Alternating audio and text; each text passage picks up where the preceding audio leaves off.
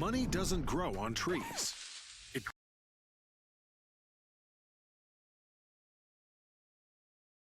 Than what's at issue here, and I would object because I think making an argument not to you but to the cameras, it's disrespectful to the court and everyone's time, and it also threatens to undermine the integrity of this process and risk the jury being influenced by outside factors. Well, it's his argument. I'll allow him to do his Oh, there's no camera. Thank you, Your Honor. Give me a second. As I was trying to say, what Mr. Depp is suing Millie, about shut are the up. 3 statements. And it's very clear, despite the pious opening statement that about the First Amendment, that with the testimony of Terrence Doherty and the emails that were admitted as exhibits, that the ACLU and Ms. Heard were conspiring to make Millie. it very clear that those 3 statements Go to were bed. related Go to to bed. Mr. Depp. Because otherwise, nobody had any interest in the article. And it's crystal clear from that. Hello. Welcome. I'm a bit late to this, but I was listening to it because I was making popcorn. I was downstairs making popcorn and I was watching it on my phone. And it took me a while to figure out what's happening, but what's actually happening is they're putting in a motion to just strike her counterclaim totally. And he was like, it sounds really convincing. He was like, the dude didn't work for him. The dude thought the statements were true.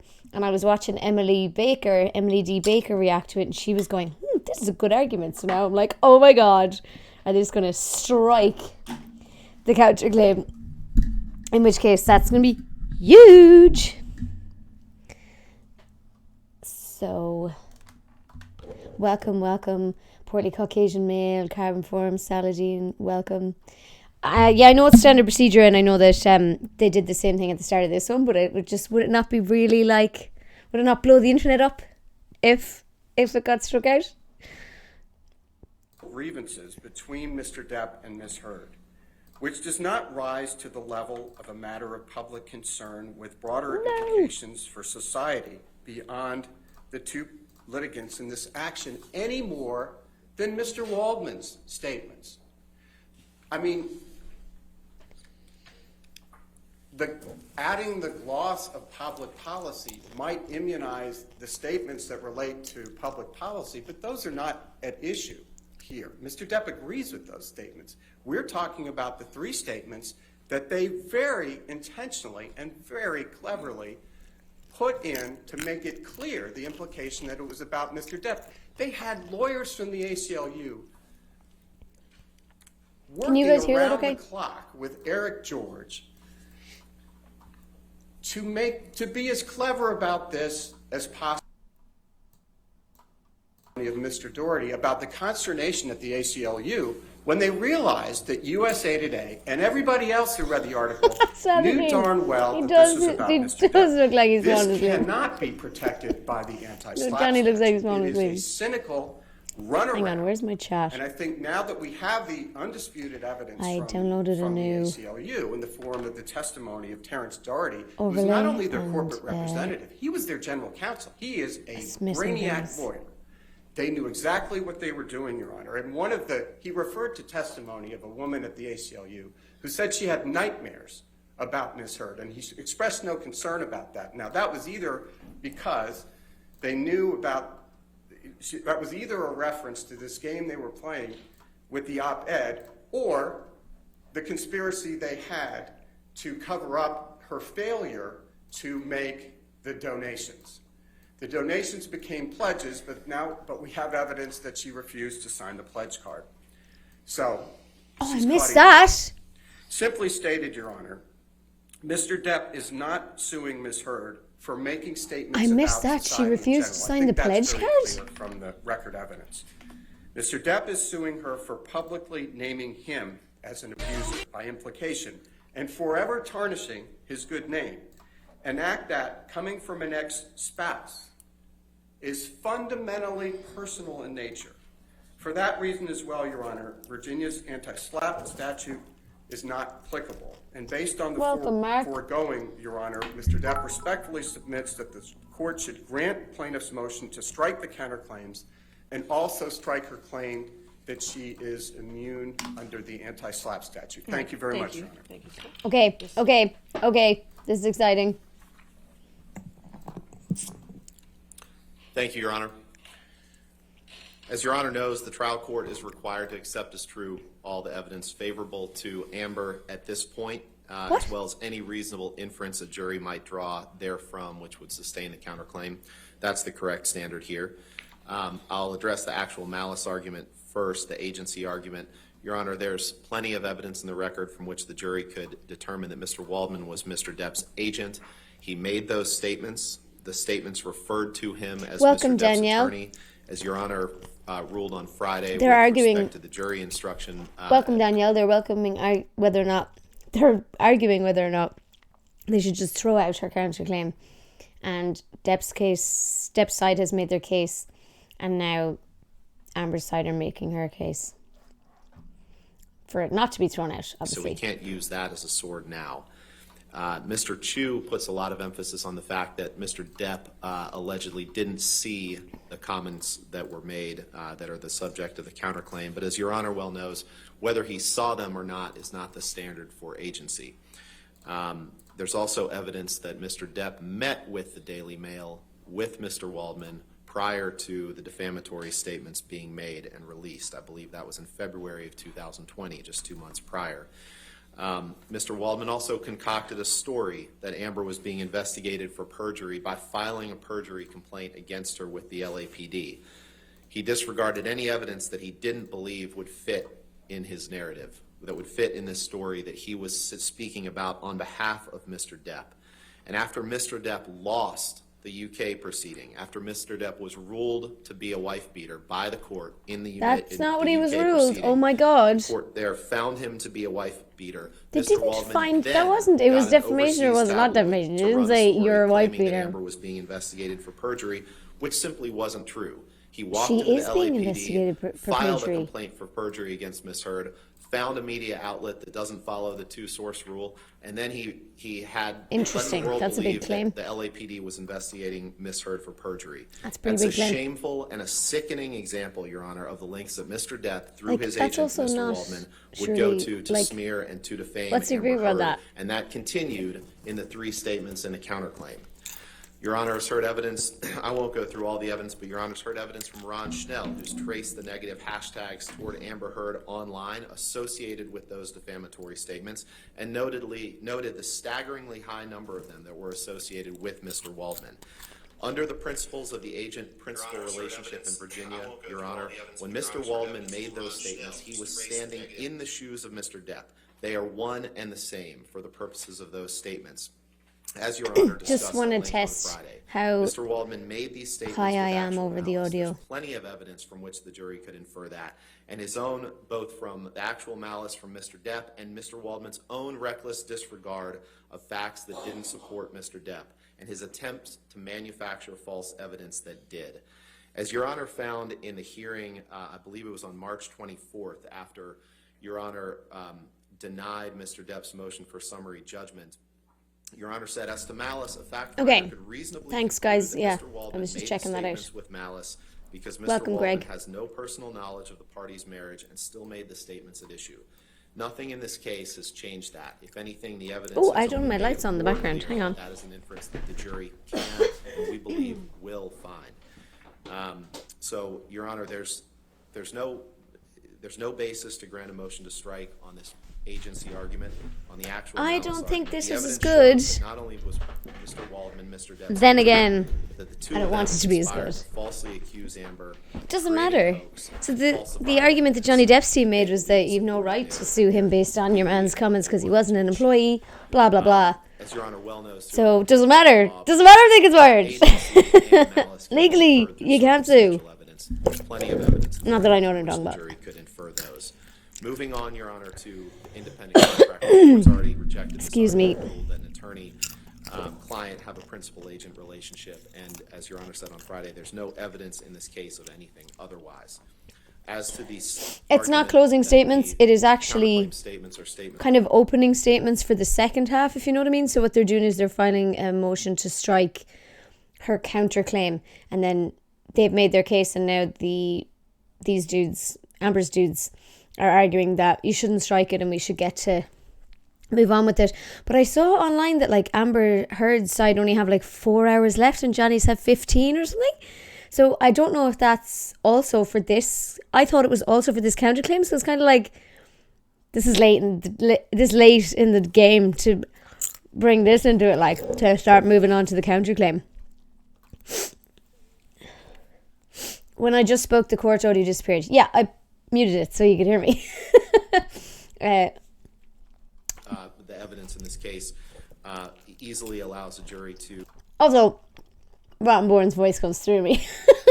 I won't go through the litany of evidence that supports that Mr. Depp is an abuser here, but I'll touch on a few things that relate to Mr. Chu's argument. One, Mr. Chu was totally misrepresenting Mr. Doherty's testimony. There's not a single piece of evidence, Your Honor, in this case suggesting that Ms. Heard and the ACLU were somehow conspiring to achieve a defamatory implication to Mr. Depp.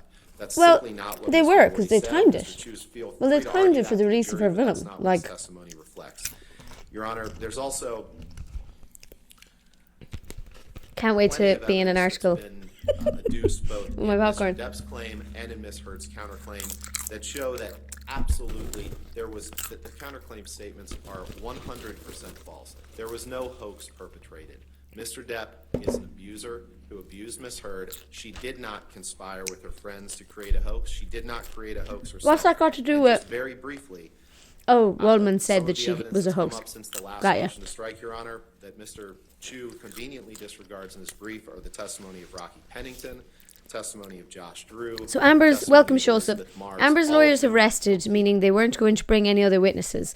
That's why the call to strike was brought. They rested totally. Like, rested. Like they're not even going to keep going for them. Thank you for subscribing. Oh, Greg, thank you for gifting that subscription.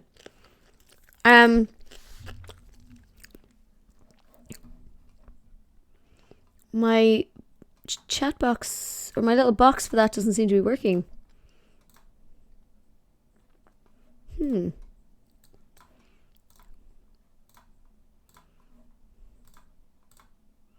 Weird.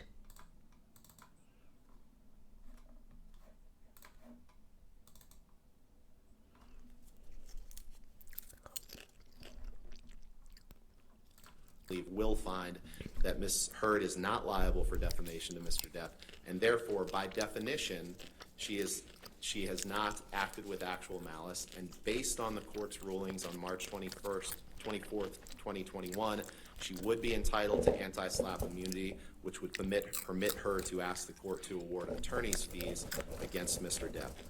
So with that, Your Honor, I'm happy to answer any questions. Imagine if they get a slap on this and it just gets thrown out after us hearing Your Honor, everything. I will be brief in deference to the court's time and the jury's time.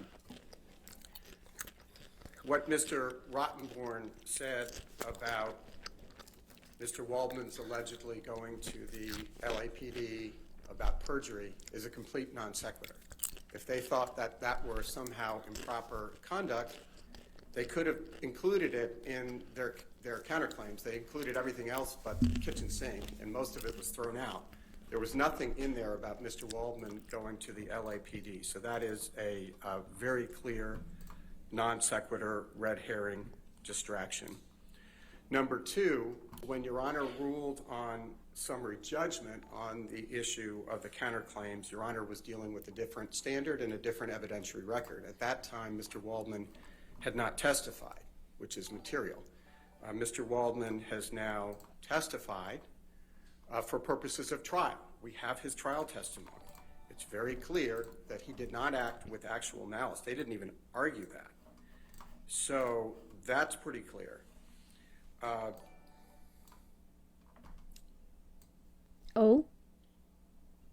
And again, this is... Okay, my recent just gift the sub third thing point is showing is up there that now. It's all about games. They didn't sue Mr. Waldman on the three statements. They didn't try to fill the hole. They've been telling us for a week. Thank they're you. gonna call Wow, Mr. Depp Greg. to Oh my fill the God. hole. And their Thank you. counterclaims, they didn't do that. And it's Thank you for very gifting all those consistent subs, Greg. with the game playing. let's go into court after the police have found no problem and after witness who had no relationship with each other said there are no visible marks. Let's not give Mr. Depp's lawyer the required 24-hour notice before the TRO. Let's march into court with our publicist, with our lawyer, with our best friend who no longer talks to her. Let's get a TRO. I love how he keeps saying best friend no longer talks to folks her. say, why are you taking $7 million Cracks from me the up. abuser? They said, I didn't take money from the abuser. I gave it all to charity. Well, they didn't. I don't think anybody should feel bad about them stiffing the ACLU, given what the ACLU did in this case, which is a monstrosity. But she did stiff the sick and dying children. It is gamesmanship. She did stiff that's a what children's she's doing hospital. today. But the law is the law, and they have not fulfilled their burden with respect to the counterclaims. There is virtually no nexus Oh, between hydrate. Thank you. Mr. Depp and Mr. Waldman as to these statements at issue, except for the fact that he is an attorney, and that is not sufficient. In a case Oh my God, where Mark. they have not even established that Thank you Mr. for Depp was gifting. aware of these statements, and they knew that they Lads. couldn't do it, and they didn't even try. And it's more Fair play. of the gamesmanship. How do we have so many new When- viewers? Liz Heard plays New word subscribers games now. with Mr. Depp about, oh, I didn't punch you, Johnny, I just hit you. Imagine if the shoe were on the other foot and Mr. Depp, a man, was saying to a woman, That's oh, true. woman up, I only hit you, I didn't punch you.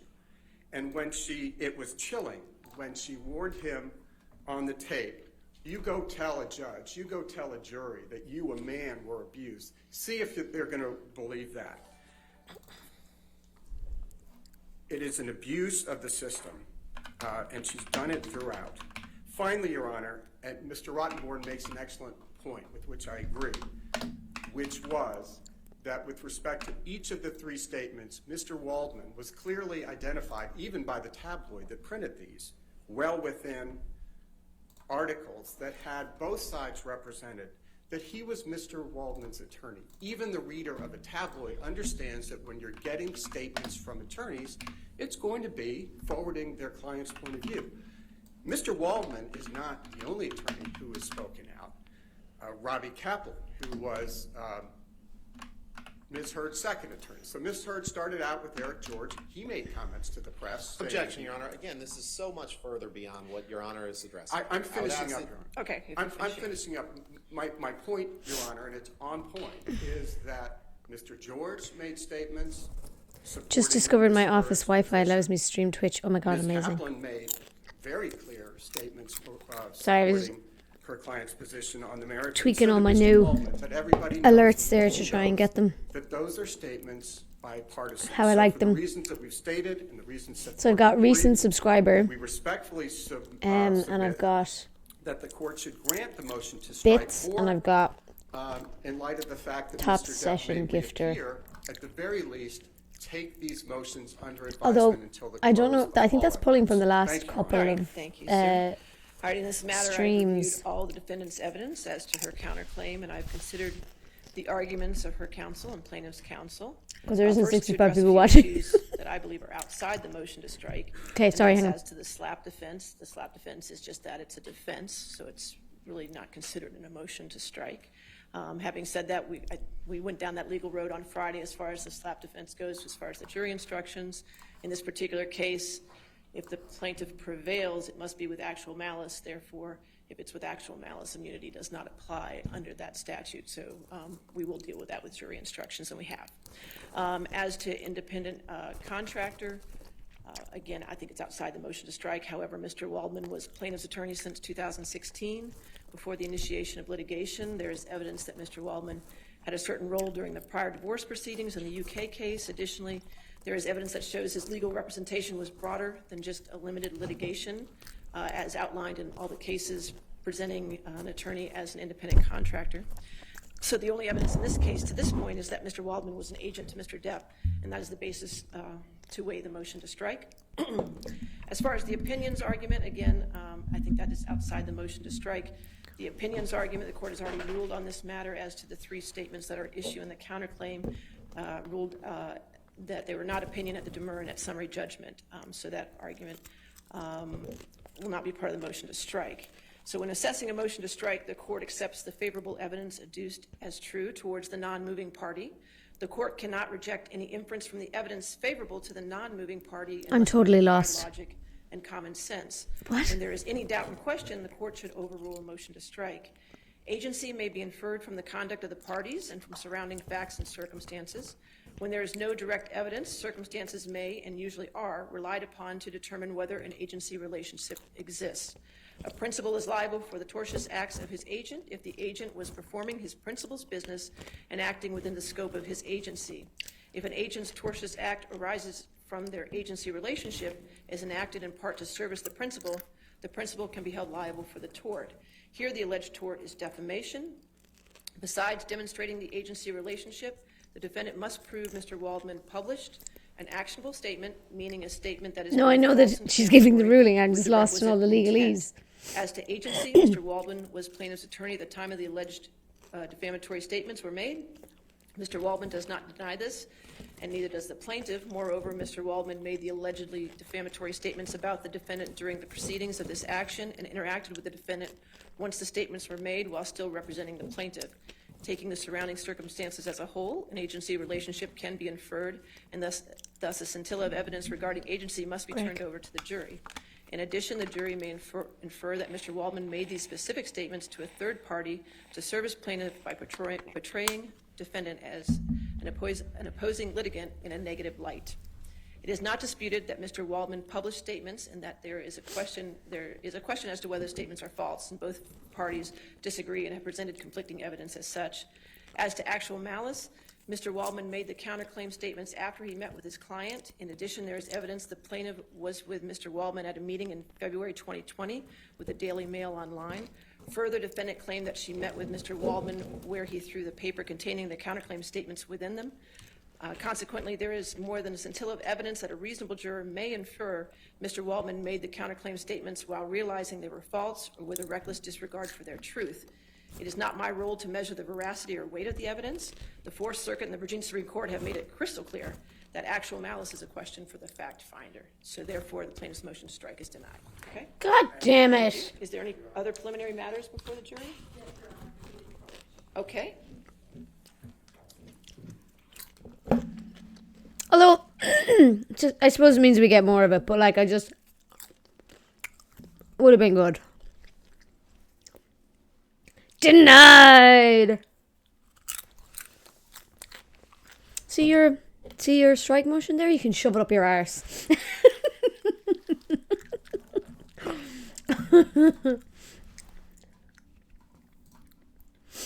Denied.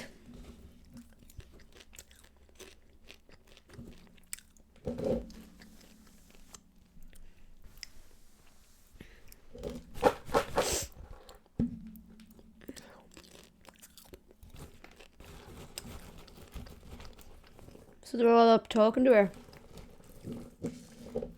This is probably standard as well, that. So yesterday, I was watching this. And yesterday was really good. I was actually raging I didn't stream it then afterwards. But, yeah, yesterday was really good.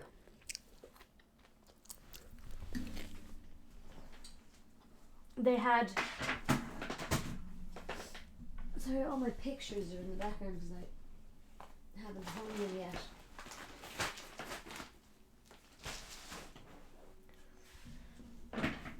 But yeah, so I was raging that it wasn't streaming it yesterday. What happened yesterday? So there was a guy who was on the stand. He was like an expert, and first of all, the psychiatrist, that was it. And they were like, sorry, let me. So,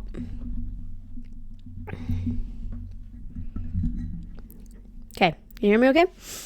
Yeah, so there was a psychiatrist, or was he a psychiatrist? He was an expert or whatever, and then they were like, we don't accept him as an expert in intimate partner violence, but we accept him as an expert in like general psychology. That was it.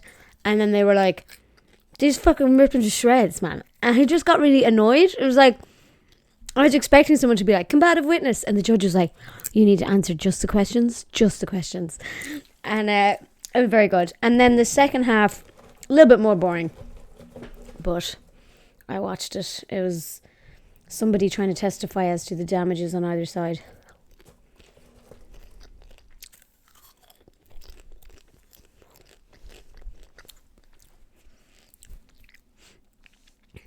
Thank you for subscribing, Daily Streamer. And you're continuing the gift sub you got from Greg. Nice. It was a bad expert yesterday, yeah. It was real bad. Like, I don't know anything about this, and even I was like, this is dire. So bad.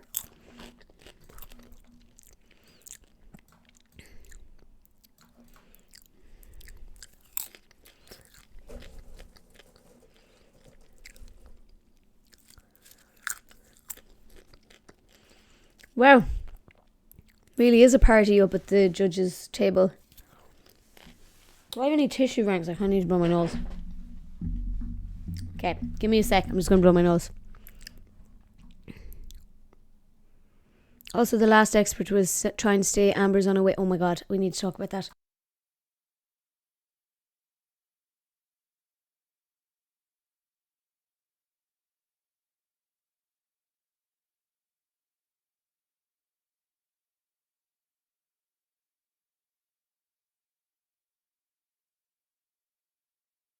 Sorry, I'm back. Had to blow my nose. Yes, so yesterday, one of the witnesses, and to be fair, I was going to have to also take off my hairband because it's giving me a headache underneath the earphones. But look how cute it is. It's got flowers on it. Okay. So, yeah, there was a witness yesterday, and I think she was trying to show that she was like, I'm here to talk about the damages to both sides from the different comments or whatever. And then she was like, I did a comparison on Amber Heard to other people who are comparable in the industry and how they're viewed. And she was like, and one of the people you used was Jason Momoa. I'm sorry, Aquaman? Really? Like, disregard everything else he's ever been in. Game of Thrones, Khal Drogo, Dune, everything else he's ever been in, disregard it. Is it comparable to be like Aquaman's love interest that's in like the film for a very brief period of time is the same as Aquaman? Like, that's her first major role, is Aquaman's love interest. Exactly. He was in Stargate Atlantis too. Like, once you start to bring in the other stuff he was in, you're like, okay, this is totally incomparable. But even if you only just take Aquaman, she's been in like one Justice League, I think, film as that whatever that character is, and 2 Aquaman films, but like not a huge role. He's been Aquaman, so he's been in the 2 Aquamans as the lead, and then he's been he must have been in a Justice League or Avengers or something as well, and then add in all the other stuff he'd done. It was very funny. I think it was yesterday. No, sorry, it wasn't in court yesterday, but I think I saw it online yesterday that Johnny had been testifying, I think, and he had said that how he met. Oh yeah, I watched the video. It was like he describes how he met Amber Heard, and he was like, the director wasn't sure about her acting abilities, so he wanted me to like meet her one-on-one. And I was like, all the comments were like, that is the nicest way he could have ever said that she was shit at acting. Lol. Christ, this is a very long time that they're talking. Your man is like, here, Camilla, you just do it, will you? Because I have no fucking clue what I'm at. I know, he was good yesterday now. Okay, so does Johnny Depp have 3 men? Sorry, 2 men? Or just 1?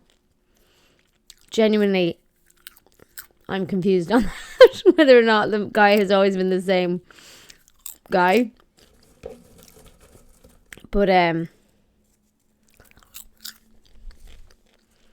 this is very exciting. Are they splitting a bill? They definitely don't have Revolut anyway if they are. It's taking way too long to figure it out.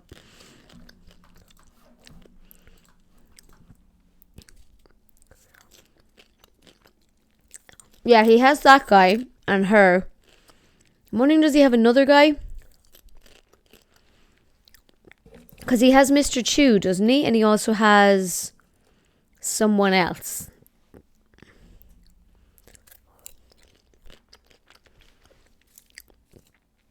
Because when I was watching Emily D. Baker, she kept referring to the lawyer by name, and she wasn't saying Mr. Chu.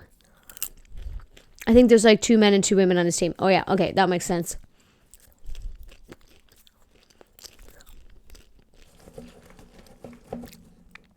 Jesus. They're writing a book up there. 3 there are his. More of his attorneys are not up there. Gotcha. Thank you for clarifying.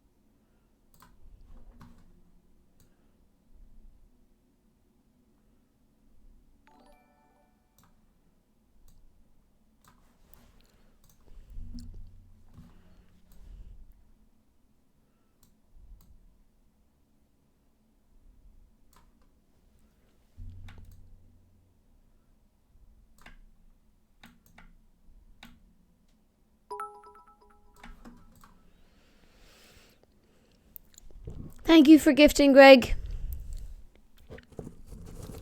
Hello, Edgar. Welcome. So my husband bought me a popcorn maker. Actually, he bought me my first one 10 years ago, but he replaced it for me 2 years ago. And so it's one of those ones that we used to have in Extravision. I don't know if you're Irish, but here we used to have a video like rental shop called Extravision. And so I got one of those popcorn makers, and I make popcorn every single day because I'm absolutely addicted to it.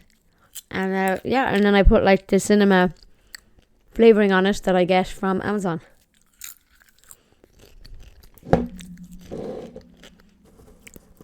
Welcome, Kirks. Yeah, yesterday's, I was raging I didn't stream yesterday's because I just watched the thing and probably boring. I was watching it while I was cleaning, and then I was like, oh my god. It was incredible. Here are the names of Johnny's lawyers: Camille Vasquez, Ben Chu, Stephanie Canna, Mr.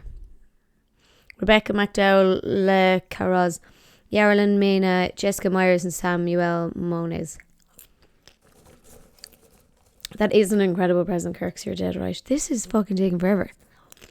I got my first fake ID laminated in Extravision. I did not know. First of all, I did not know you could fucking do that, but that is genius.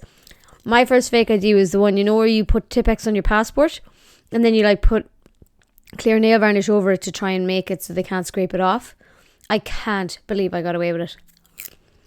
But I would have laminated a fake ID if I'd had the smarts to know that you could do that. I howled when that Dr. Siegel said, "Isn't Marlon Brando dead?" I think I might have missed that bit. I held when he was like, I think it was the woman that was testifying as to the damages, and the lawyer goes, "Wouldn't you say that someone being reported as having defecated in a marital bed would damage their reputation?" And she like starts laughing, and she's like, "Yeah, I guess it would, all right."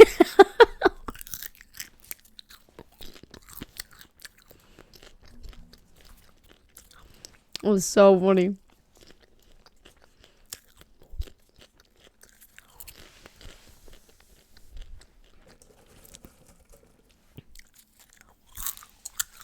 Right, well, while we're sitting here, I might as well actually post on the social medias that I'm live.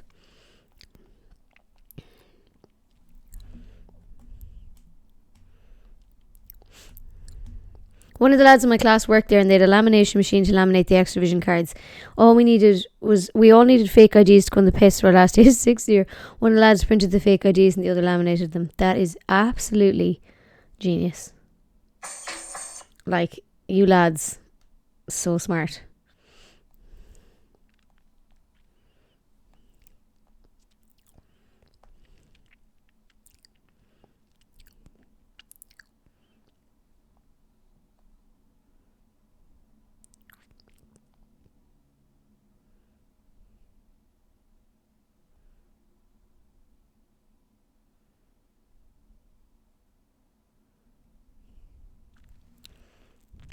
Yes, they did drop Amber Turd a couple of times yesterday. How do you feel about people calling social media social? I.e., I've been seeing a lot of X on social this week. I do think it's kind of annoying.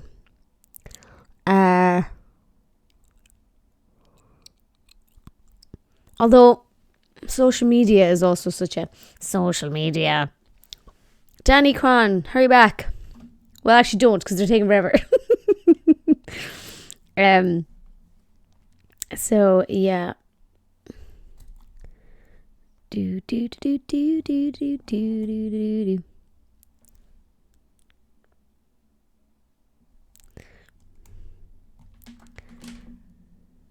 As Amber Turd was said in court, will forever remain a record in the US. That's amazing. Let me just take a antagonistic selfie here.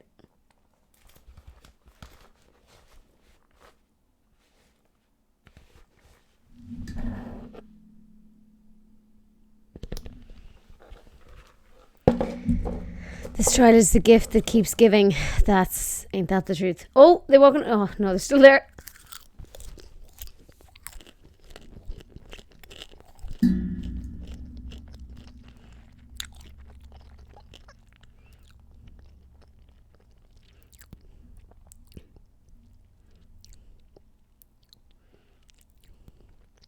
Wonder what the hashtag is. Johnny Depp. Johnny Depp.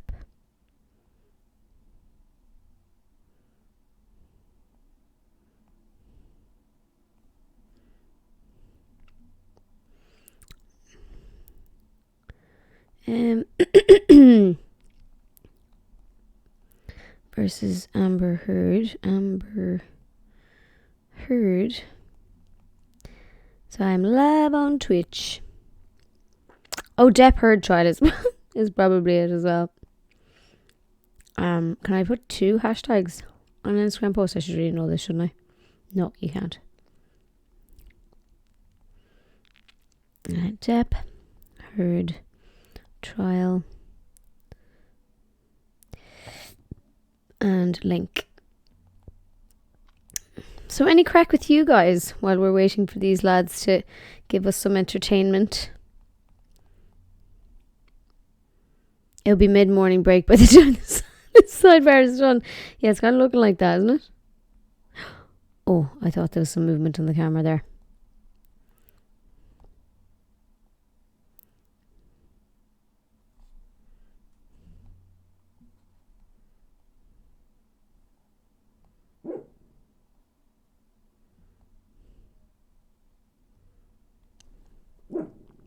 Millie, stop giving out.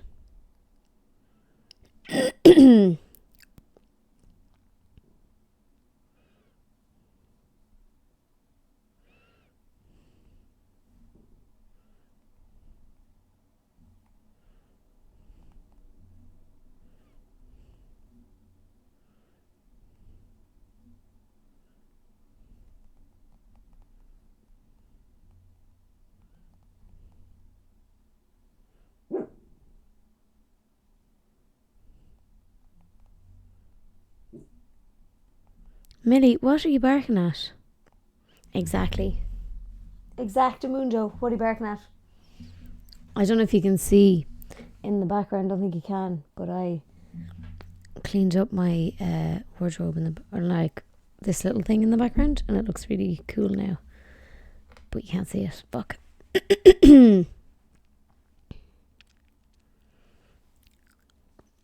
George did his 1-year Twitch stream on Sunday. Oh, deadly. I can't believe he's on it a year already. I was up in the big smoke today at the blood test. Only to people at the hospital, the nurses were on strike. Oh my god, do you think they wouldn't know what I told you? Oh no. Oh, that's awful, Edgar. God, I must say, like, it must be so frustrating to live in the country or somewhere in the country where you have to come to Dublin or to, like, a hospital that's pretty far away. Like, obviously I'm from Mayo, so I think our nearest hospital, I think we do have Castlebar Hospital, actually. But, you know, it's just mad when you have to come to Dublin. 4:30. God. Greg. Oh, hang on. Sorry, I'm trying to catch up in the chat. Greg, nothing major here, Claire. Well, Greg, did you not, like, get promoted and move recently? I hope you don't mind me sharing that. But, like, congratulations. Loads of crack with you. What is odd is there's no jury, so what is need for sidebar? Presumably to get it off the mics, maybe? Looking forward to the fact that Amber's team only has 4 hours left, whereas Johnny's team has 16. Should be much more interesting testimony this week. Yeah, like, they've only 4 left to prove that your man Waldman was... Because they've rested. They've rested, presumably, from the defence. So that means that they can do, 4 more hours only in her counterclaim. Madness. Mark, I sent some screenshots to Discord. About what? From George's stream. Greg, I love Millie's woof. I don't know, man, if you're hearing it 24/7. It's like, she's not that bad. Like, she only barks when somebody knocks on the door properly. But it's just like, like, constantly in the background. It's really annoying. And it's something she didn't do when we worked in an office. It's something that she's only started to do since we started to work from home. It could be an age thing, but it could also be just the fact that she's now in rooms of the house where she wouldn't have been allowed to be when we were working in an office because she'd bark. So, like, she just went to sleep in the kitchen while we were at work. Whereas now she's, like, looking out windows and stuff, and that's what makes her growl. And in the evening she doesn't do it because we have the curtains closed and she can't see out the window. So she's much quieter in the evening. But yeah, throughout the whole fucking days. Judge said originally she would cut the lawyers off mid-question if they ran out of time. So let's see if she sticks to that. Some people are thinking she might give Amber's team an extra 10 minutes for each witness to conduct a cross if they run out of their normal time. Seems kind of unfair to me if all the rules are established at the start. Absolutely, definitely unfair. We have a hospital here, but they were very specialised blood tests that I only can be taken in Dublin. Yes, no, sorry, I wasn't saying you didn't have a hospital, yeah, but I more meant, like, it must still be frustrating if the one you have to go to is far away. I have never heard Amber's team rest. Been watching since the start. Interesting. Welcome, Mac Attack. I am having an awesome day. And Mark, thank you for the Elden Ring screenshots. I will check those out after this. Danielle, you have a Labrador now. Millie has gone. I don't know where she's gone. I should probably get her back so that she doesn't bark. Millie!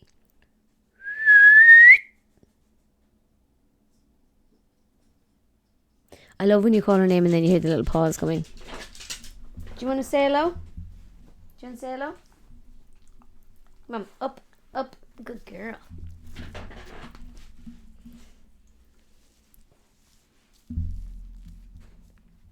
They're still at the desk.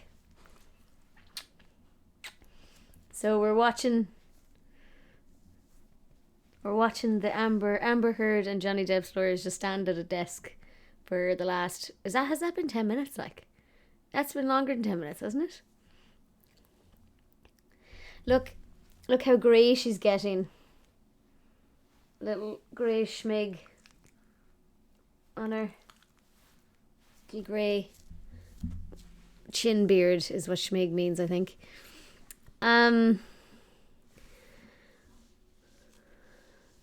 1 hour ago, court resumes and defence rests. Amber Heard's legal team begins the day by resting their defence. Yes, so they've only 4 hours left for their... It's not attack, that's a sport.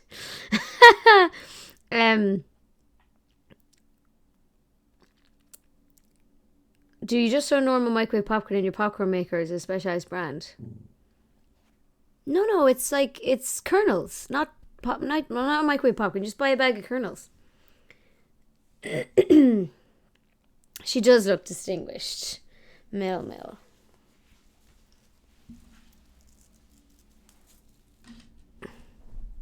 Do you want to say hello?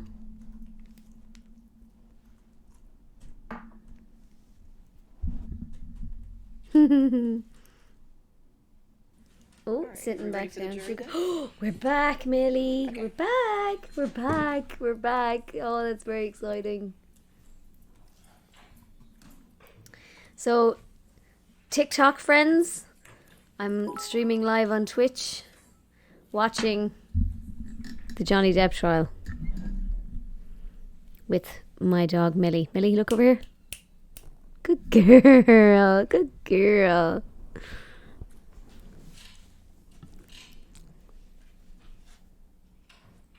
You want a kiss?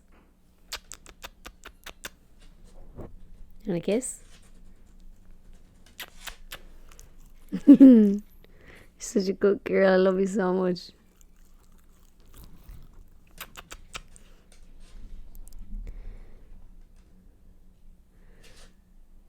Danielle, the judge does kind of look sick of what's going on, to be honest.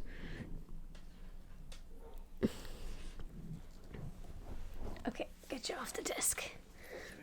But I'm happy if you stay here, if you're happy to stay here. Ladies and gentlemen, I apologize. We had a few housekeeping matters to take care of. Certainly did have a few housekeeping matters to take care of. On behalf of defendant and counterclaimant Amber Heard, we rest. All right, thank you.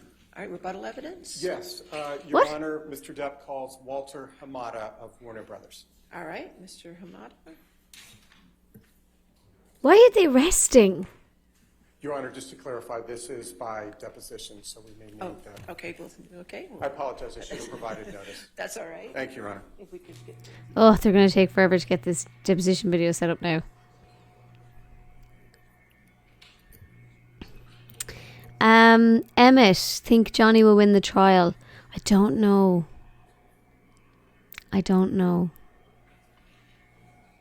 I think that he's won it in the court of public opinion, which is something people are saying a lot. But I don't know, is he going to legally win it, just because the whole legalese thing is so hard to figure out. Like, I thought they were going to strike her counterclaim there based on the first argument from the lawyer, but they didn't. Thank you, Mac Attack, for stopping in. See you later. Enjoy the rest of your workday. Welcome, Juanito. Love that person showing up in a Nike hoodie. Oh my god, amazing. I didn't see that. I need to try and see that. Thing is, they have to prove that the op-ed affected Johnny's career. I kind of thought they did with the, like... My title is president of DC. So I'm just going to mute for a second so I can say this, but I thought that they did prove that, considering that they had like an agreement in principle or vocal agreement for the 20 million or whatever for the Pirates of the Caribbean 6, and then that went by the wayside, and then also that they had the guy with the Q scores. So I kind of thought that they did prove that the op-ed affected his career, but then again, I don't know. Thank you for gifting subs, Greg. And thank you for redeeming Hydrate.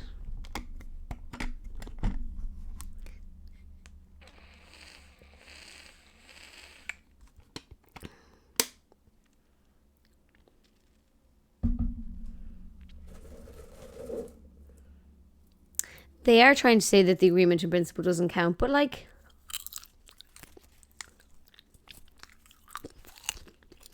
Thank you for gifting, Mark. Welcome to all the new people. And sorry, I unmute the trial. Why aren't they showing the video? Was Miss Heard ever released by Warner Brothers from the Aquaman 2? Ella, are you the voice of the Anxiety podcast? No. No, but... Was she released from her Thank you. Aquaman 2 I'd love to contract on or about be a voice February actor. 22, 2021? No. Was Ms. Heard ever rehired for Aquaman 2 by Warner Brothers? No.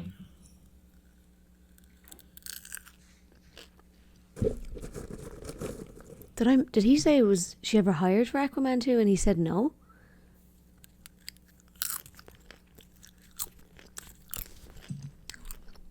Did Ms. Heard receive a pay increase for Aquaman 2? No. Why not? I was really excited to start. As a rule, Sorry, I'm trying to open one that as has a the company, we make deposition these, we go video through a on lot it of trouble too. when we make our deals with our Okay. Oh, this only has him and not everybody else. And why isn't it playing? Did Ms. Heard receive a pay increase for Aquaman 2? No. Why not? No pay increase is actually what was said. As a rule, as a company, Okay.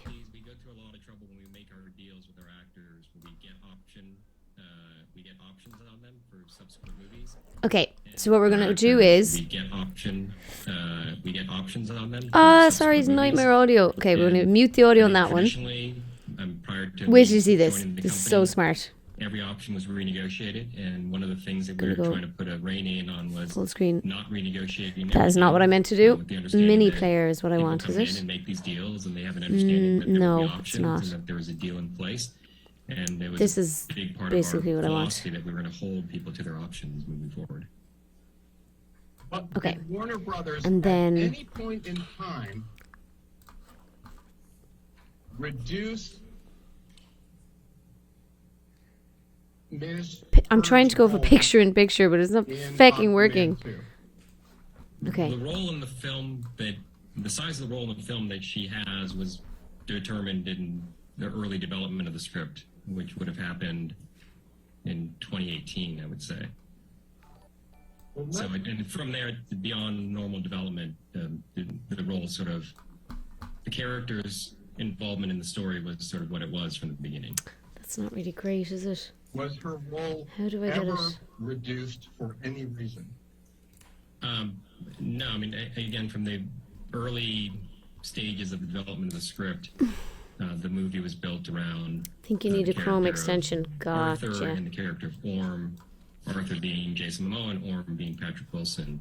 Might just leave it So they were for always the two now. co-leads of the movie. Did Warner Brothers ever plan to portray Ms. Heard as the co-lead in Aquaman 2? No, I mean, it was the movie was always pitched as a buddy comedy between Jason Momoa and Patrick Wilson. Oh, boom! Was Ms. Heard cast in Aquaman? Yes, she was. Was Ms. Heard cast in Aquaman 2? Yes, she was. Was Ms. Heard paid for her services in Aquaman 1? Yes. Was Ms. Heard paid for her services in Aquaman 2? You alright? Yes.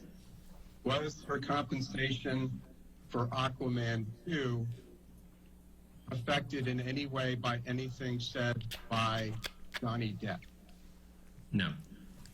Was her compensation for Aquaman 2 affected by anything said by Adam Waldman? No. Was her compensation for Aquaman 2 affected by anything said by anybody representing Johnny Depp? No. Damn!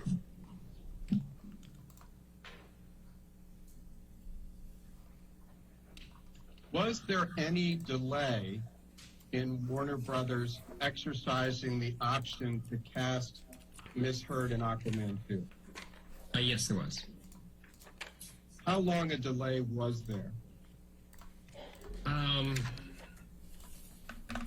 don't know, probably weeks. What was the cause of the delay? There were conversations about potentially recasting. Oh, Who damn. was the producer? Peter Safran, Who was the director? James Wan. Did Warner Brothers believe that those concerns were legitimate? Yeah, I mean, I had no reason not to believe the director and the producer of the movie. And you are testifying today as a representative of Warner, correct? Yes, I am.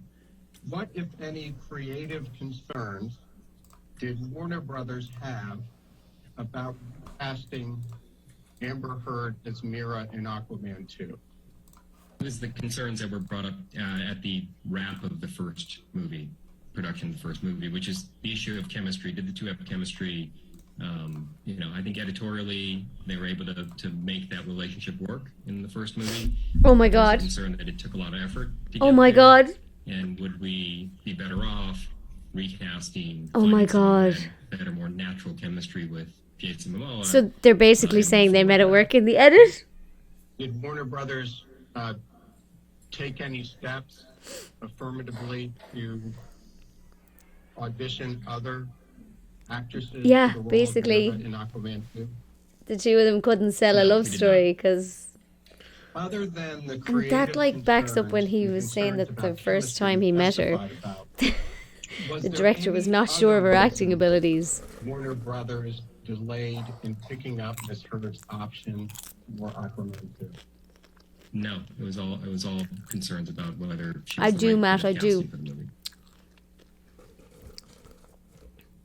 Welcome, Louise. What role, if any, Welcome, Gonzo. did Miss Heard's dispute with Johnny Depp have in Warner Brothers' delay picking up Miss Heard's option for Aquaman 2? There was none from our end. Yes, this is Walter Hamada of Warner Brothers, At any point executive in producer for time, Aquaman. Thank you. was Warner Joseph. Brothers considering paying Miss Heard more money for Absolute Aquaman cringe. 2 Absolute than is cringe. set That has forth done in more the damage to her option career contract than this you whole previously trial. identified? We were going to No, replace it as I because said, she's so crap. we were determined to hold our actors to their option agreements. We had to Would make it Warner work in the Brothers have edit. paid Ms. Heard more money Stop on it. Aquaman 2 Millie, I dropped the if popcorn. it Do you had want it? picked up her option earlier? No. Do you want down? At any time from the beginning of history through today, did Warner Brothers ever release Ms. Heard from the Aquaman 2 contract? Good girl. No. At any point in time from the beginning of history to She spotted today, some popcorn I've dropped to the floor. did Warner Brothers rehire Ms. Heard No, she's gone to for bed. Aquaman 2? No, because we just picked up her option. And when is the last time you spoke with Rob Cohen relating in any manner to whether to exercise the option on Amber Heard for Aquaman 2? Yeah, would have been exactly, the same Louise. And time wasn't it as just the yesterday also conversation. her witness was saying that she was on told par with me. Jason Momoa? Did you She's speak as with Zack famous as Gal Snyder Gadot. at all relating to Stop whether it. to exercise the option for Amber Heard on Aquaman 2? No. I've not had any conversations with Zack Snyder. Did you speak at all with Jason Momoa in preparation for your deposition today?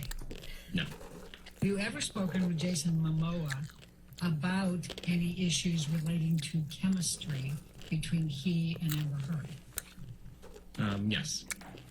When did you speak with Jason Momoa about chemistry issues between he and Amber Heard? It would have been in that same time period where we were prior to green light of the He movie. did speak to Jason Momoa about You their were lack of asked chemistry. some questions about scripts. Did you review any of the drafts of the script for Aquaman 2? Yes. When? I part of my role is I read all the drafts of the scripts as they come in. When was the first script for Aquaman 2? Oh boy.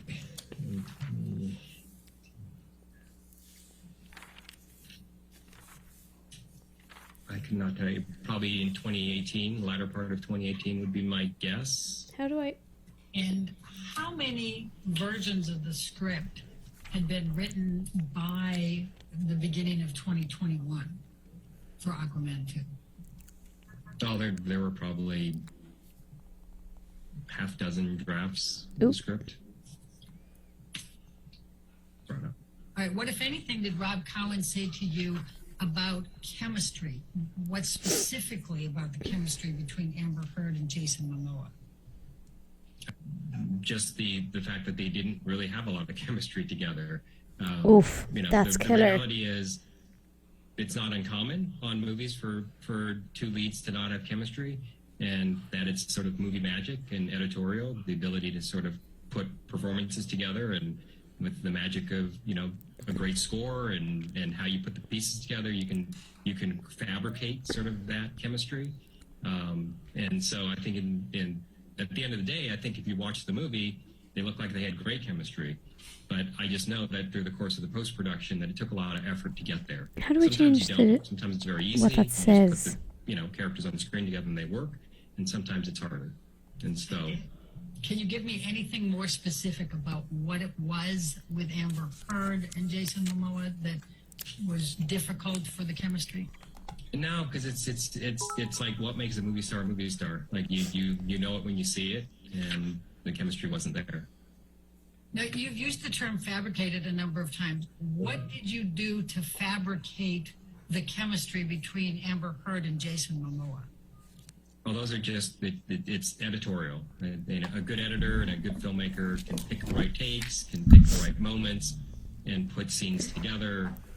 Again, score is a big, the music in a scene makes a big difference. It can make a happy scene feel sadder or a sad scene feel happier. Mad that he's explaining this. So it was sort of it's just the magic of post-production, editing, sound design, music, etc. And what do you mean by fabricating? I mean, were they literally falsifying, or were they just picking the best music? Let me finish my question. Were they picking the best music and picking the best looks because that's their job and that's what you do on every scene? That is what we do in post-production. That's what filmmakers do. This is, on any production, you're doing that. You're putting performances together. Sometimes it's easier than others. This Thought that would work, didn't really. Was more difficult because of the lack of chemistry between the two. But they were able to, James Wan and the editor were able to get it to a place where the end result actually works. And it's great. And in fact, that's the job of every filmmaker, right? To put all the combinations together to make the most successful production. Absolutely. I'll tell you what has been marked as exhibit number 5. It's ALH 18247. And this is a text message. So I don't know how to exchange put between James Wan like a sticker on the screen here on TikTok, but and come you mentioned James Wan watch was the on Twitch if you want to be able to director actually of hear Aquaman the 2, trial is that footage. correct? And Aquaman, the first one, correct? That's correct. All right. And yeah, And, let me catch up on James chat. is So I'm just going to pause for a second. Can the audio there position be turned up a bit? Sure.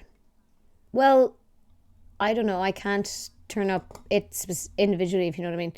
Let me see. Was she genuinely bad in it? I haven't seen it either, I don't think. She needs music score to have chemistry. Yeah, that's so cringe. That'd be a test screening. It Deserves an editing award to edit in chemistry. Yeah, that's pretty nuts. With an audience, and the audience tells us what they liked and what they didn't like. And so that's what he's referring to. Taurus gang. and they really liked Hell Amber yeah. Heard, correct? Yes, she did. She tested well. Hit $1 billion, is that correct? Yeah. And more specifically, did you play any role in the determination to communicate to Amber's representatives that Warner Brothers was considering not exercising her option? Yeah, probably in the sense of we had the conversations, and I believe, if I recall, we had, that's where Peter Safran offered to reach out to the agent and express which direction we were leaning. Have you Me seen trying to get in an any article again. document that says there was any chemistry issues between Amber Heard and Jason Momoa in Bye, Aquaman Pally 1? Sue. Documents? No, I mean, those were all conversations. But if Jason came back and James Wan came back, you were guaranteeing that Amber Heard would play Mira, correct? That's correct. Okay. And Jason Momoa was able to negotiate a different compensation structure, was he not, for Aquaman 2? That's true. He did renegotiate. Now, Aquaman was the highest grossing DC film ever for Warner Brothers, was it not? Yes, it was. What, if any, issues did you have with Amber Heard in Aquaman 2? Have you ever had a bag of minstrels My mixed in with understanding your is actually the popcorn? It's production was lovely. very smooth. I know lots of people like this, but I have like a text. Oh, All right, thank you. they're Your using next VLC witness. Media Player. What the fuck? I have like this texture thing that I really don't like, the mixture of chocolate and popcorn. I like them separately. I just don't. I don't like mixing the textures. I don't know why. Briefly, I don't know. approach. Sure. I was talking to someone the other day about how there's actually lots of things that I don't like, not because I don't like the flavour of them, but just because I don't like the texture. So like mushrooms, I love mushroom flavoured things. Can't really stomach mushrooms because of the texture. Same with raspberry. This actually came up because I said I didn't like raspberries, and Alex said, "Are you fucking having a laugh?" And I was like, "What do you mean?" And he was like, "Blue raspberry is your favourite flavour." And I was like, "Oh yeah."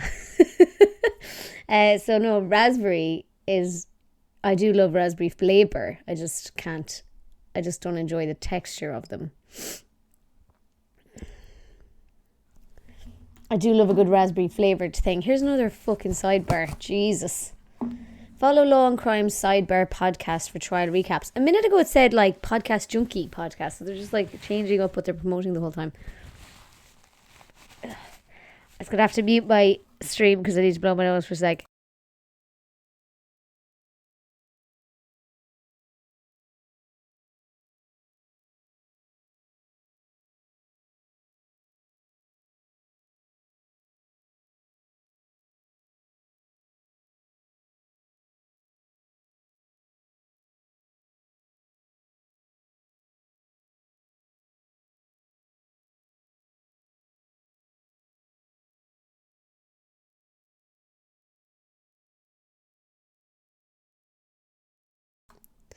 Okay, I'm back.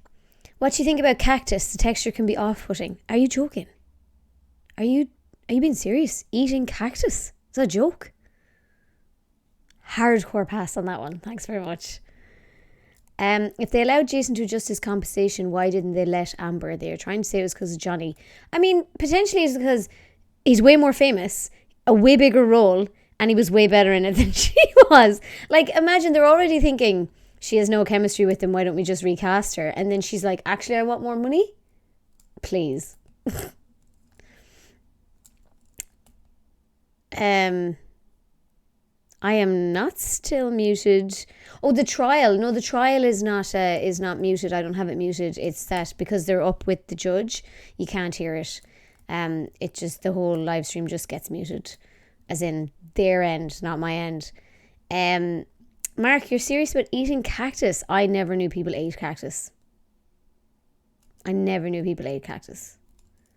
It's gross, to be honest. I thought you were on the try shoot with it. I definitely didn't eat like a cactus raw.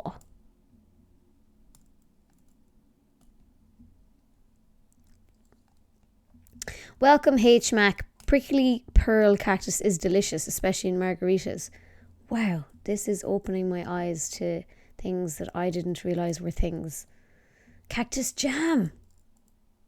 Jesus Christ.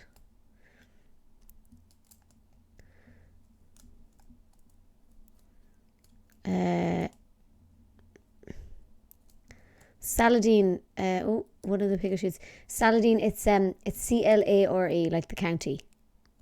Hope you don't mind me saying. Thank you for gifting, Greg.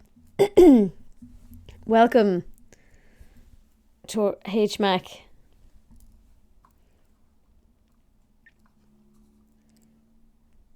God, this is a long sidebar. What is with the long sidebars today?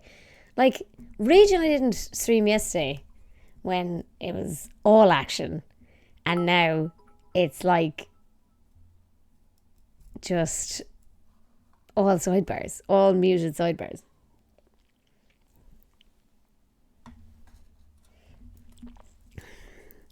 So comment on TikTok. I went into watching the trial mutual even though I love JD, but I still believe he's innocent. Yeah, I think loads of people are on the same side. I've kind of explained this before. I might as well explain it again while we're on a sidebar. I don't think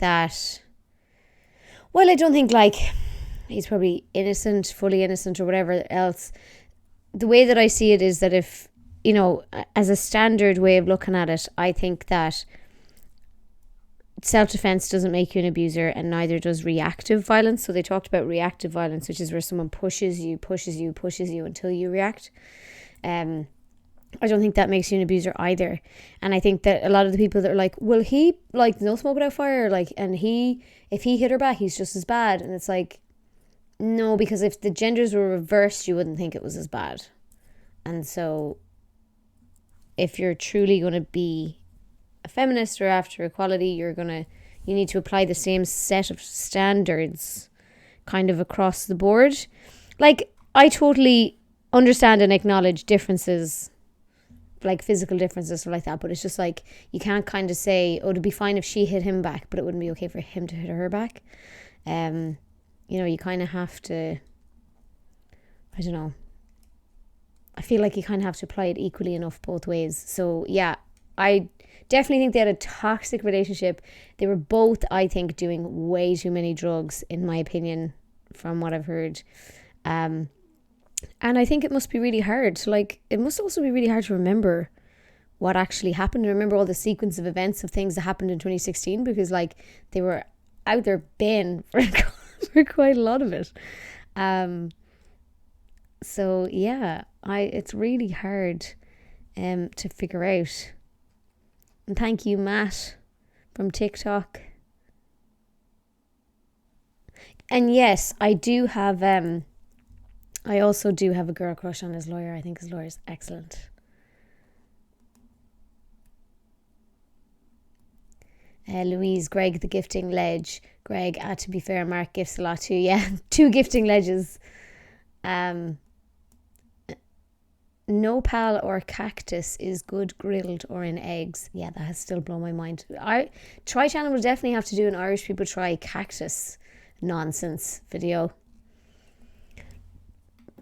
Saladin redeemed hydrate. Thank you, Saladin.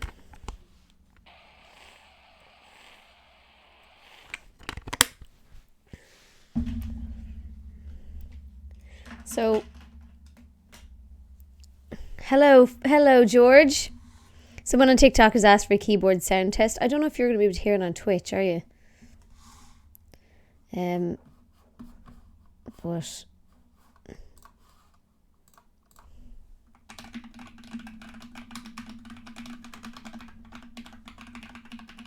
there you go.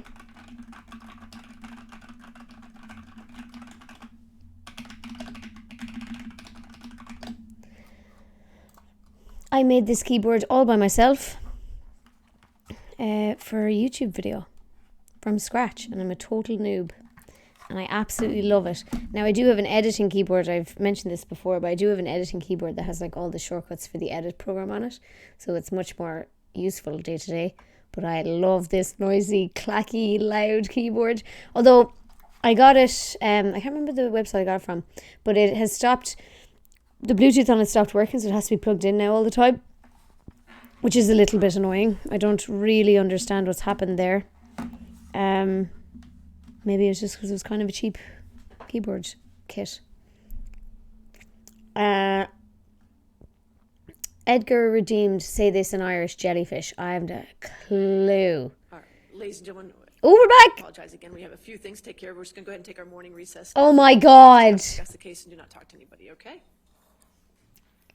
Do not do any outside research. Sorry, that was the same thing. Oh my God. The whole fucking morning's been gone in sidebars. And then she's like, actually, do you know what? I'm tired. I'm just going to take a break. All right. So we're... If the doctor testifies, then is that WebEx? Okay, so I'll get that set up too while we take the break as well. There's somebody testifying in WebEx. I don't know what that means. Let's make it 10:50 to give them time to look at everything, okay? Let's make it 10:15. Is that what she said? 10:50. Okay, so now it's 35 minutes. So we're coming back at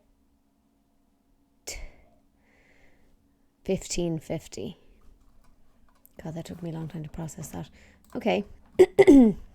Well, that was pretty boring now this morning so far, I was going to say. I jumped on thinking, oh my God, it's going to be so exciting if they strike out the counterclaim, but then they didn't. And then the next testimony was... Well, actually, no, the next testimony, it wasn't super boring. It was like pretty key information that they weren't going to rehire her because she's actually terrible at acting and not because... So funny, by the way, that they said that. Johnny said that about the first time he met her and the director not being sure about her acting abilities, and then her acting coach saying she has trouble faking crying. It's like she's getting absolutely destroyed. It's like, this is not good for her, to be honest. WebEx is like the corporate version of Zoom. Okay. Like Microsoft Teams, kind of, I imagine. Paddy Wack thinks that the word jellyfish, that doesn't sound right. I know Eosk is fish, so I was like, what's the word for jelly? I haven't a clue. Anyway, I know, welcome back, and then we're done. Doing less work than the county council. Yeah. When is Kate Moss up? Kirks, you said tomorrow. Do you know that? Is that guess? Is Kate Moss actually appearing tomorrow? I think I need to close this curtain because look how much light is coming in.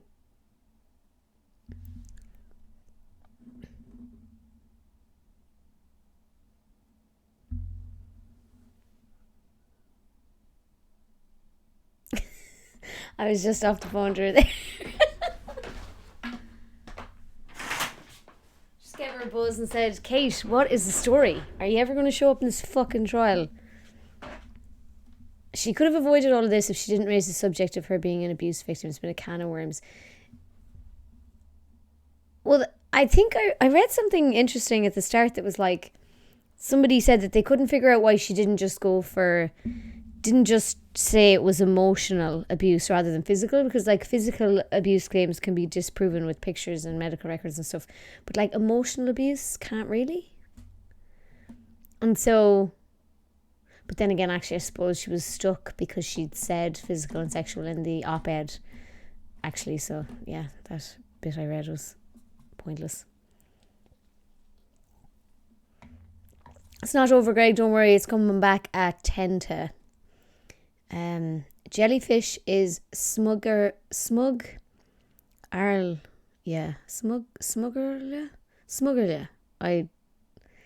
God, sometimes I struggle with new words. Roan, according to Google Translate, means jellyfish, or means seal snot. Can we go in on a group court case against Dermot for all the spit takes and mouth sounds he makes of Emily Try? Do you have that mouth issue thing? I don't have that. That doesn't bother me. Like, poor Donald would want to take a case against me for all the milk I drink in Try. He hates milk. Seeing people drink it, hearing people swallow, hearing people burp. Oh my God, I've burped in filmings with Dermot really badly. Or not Dermot, Donald. Dermot actually loves an old burp. Sure, me and Dermot at one point, we were in recently, and it was one of our first shoots. I think I might have told this story already, but it was one of our first shoots without the divider in between. And then I told a story about a drinking game that I once played that involved you taking a drink of beer and then regurgitating it into someone else's mouth. It was a forfeit called Baby Bird. And then I was like, yeah, so, you know, then you spit it into the other person's mouth. And then Dermot was like, we do that. And then I was like, yeah. Well, first of all, I was like, yeah, definitely. And then like Dermot sort of stands up and he's like getting ready to spit in my mouth. And then I was like, this may not be a good idea. Just, the divider is only just gone. And then we were all laughing because we were like, take away the divider and everyone just goes nuts. Oh God, I probably don't need the earphones actually. While will work so I can put my hairband back on. Oh my god.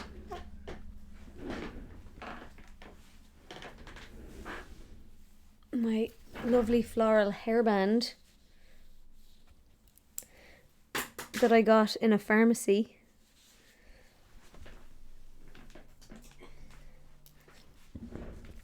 Oh.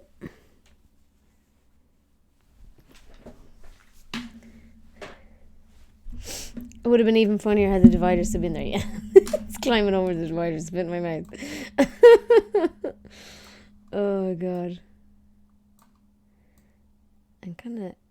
I don't know if I have too much light or don't have enough light. I don't know what the fuck's going on.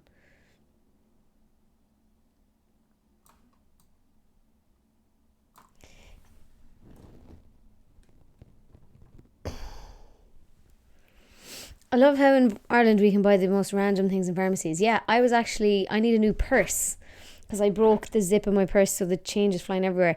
And I was like, I need to get to a pharmacy to buy a new one. And when I thought about that, I thought, isn't that actually really weird? Like they sell purses in pharmacies. I put 2 bird feeders out my back garden by my window, but every now and again a bird will bounce off the window. I need to add a netted blind or something for texture so they can see it. Definitely.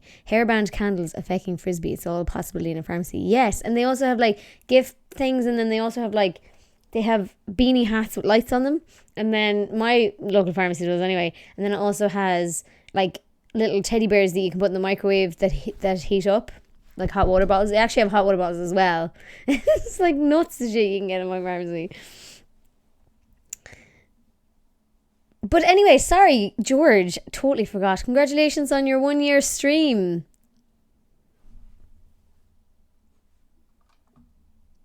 Am I a bit out of focus? I don't know how.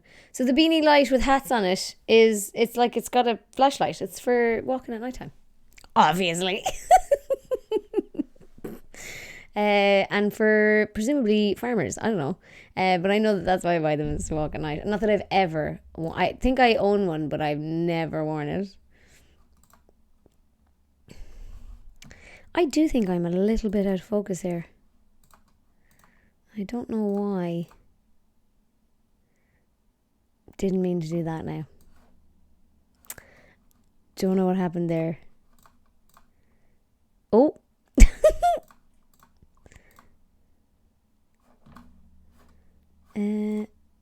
Alright. Sure, it'll be your 1 year soon enough as well. It flies by. That's true. It's already been 5 months, I think. Which is insane. I've never gone walking at night. Never? Really?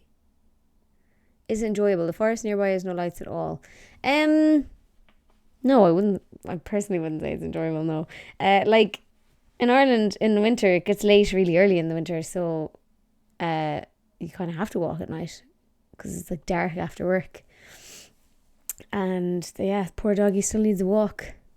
6-month Clisare special stream. Oh my god, that's such a good idea, George. Ooh, that's a very good idea. Okay, I'm going to start planning for that. I'm going to have to figure out when the 6 month is. And then, yeah, definitely do a big long stream.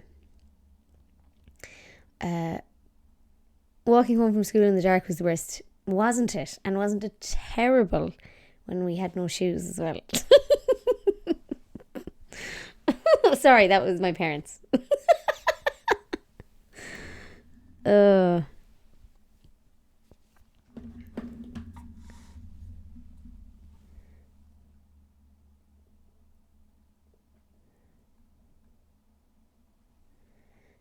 TikTok, my phone's about to die, so I shall bid you adieu. Come and join on Twitch if you want to watch me react. 5 minutes till the court's back in session. Twitch.tv/Clisare.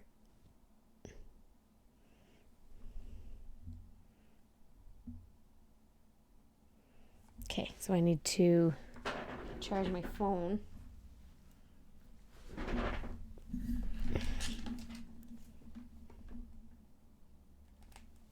Yeah, I'm also mad to do I kind of want to do a subathon. Like, it doesn't have to be a subathon, but it could be something similar. Like, I want to do like a big long stream And that'd be cool. That'd be cool to do for 6 months, actually. That'd be a reason to do it. I added an emote wall to this screen, but I don't know how to work it or how you guys work it either. So just letting you know it's there, but I don't, maybe if you try using an emote, it'll show up. I don't know.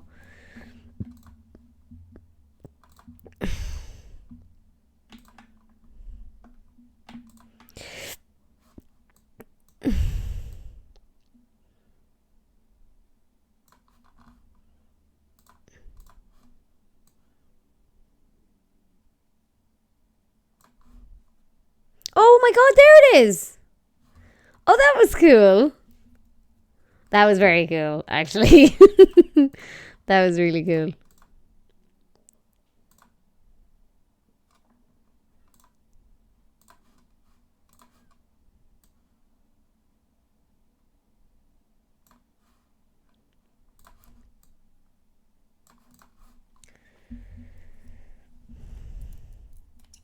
Did your Pillage the Village one or your Instant Death one come up there, Mark? Kirks's did, but he used like 7, so that makes sense. Yeah, it's so maybe it only happens when you do loads. I don't know. It's set to ignore duplicates, so maybe I should like turn that off, because if it's gonna, I like the way it like has a little cloud of. I'm fairly confident you were made affiliate on the 14th of January. Maybe. That's really impressive. Oh, look, there's one. Oh, there's loads.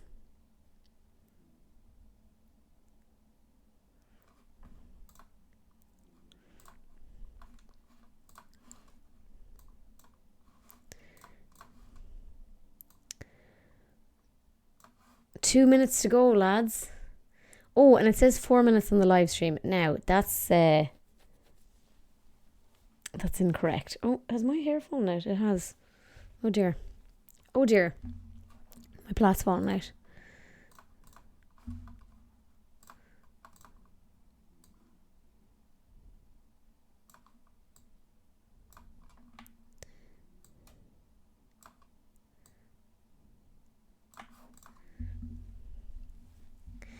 My Amazon sub is always on the 15th, and I described the day after you were made affiliate. Yes. But did you not subscribe normally and then change to your Twitch subscription? But it that makes sense though, because I couldn't have been any earlier than that, because like it took me a while. It surely took at least a week to 2 weeks for me to hit the time. Although I was streaming every day in January, wasn't I? The funny thing is, I didn't finish StreamYard, didn't I not? And now that I'm used to it, like, I could stream every day for 30 days, no bother. Not a bother. It's a real, like, I don't know, learning curve. It's just a real change from YouTube. And I was thinking I should, like, try and, Gotcha, Greg. Yes, the 15th of January, and then you switched on Amazon. Yeah. So sweet. So it must be the 14th then. Nice one. Thank you. Helps me. Means I don't have to figure that out myself. So that also means I only have 20 days to plan my 6-month subscriber special subathon.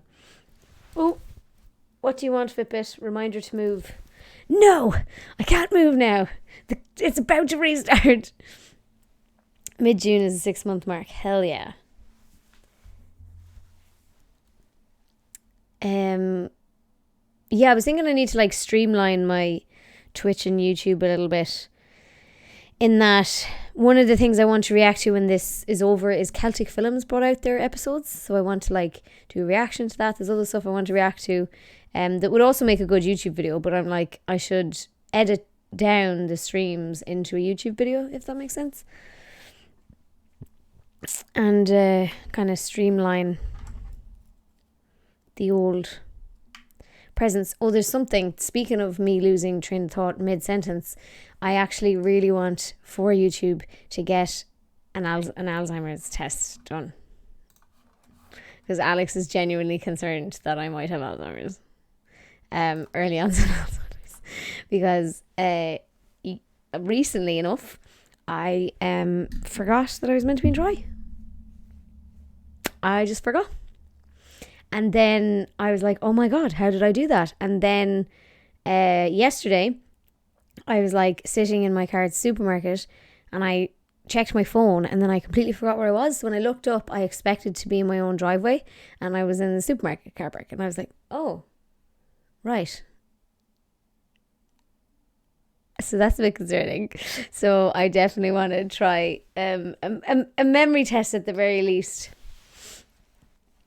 Yeah, George, that's exactly what I was thinking. Way to edit down into content for YouTube. So I had been just uploading my streams like in full or highlights of them to a separate YouTube channel.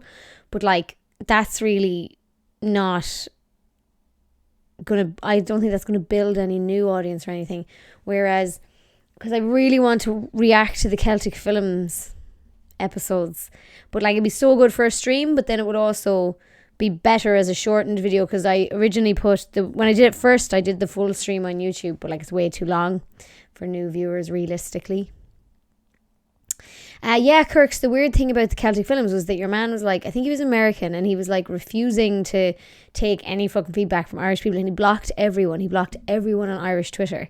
And then I tweeted, I haven't been blocked by Celtic Films yet, so does this mean I'm not Irish? And then he blocked me. Have you had COVID? Because I and a bunch of folk I know got at the same time with memory issues.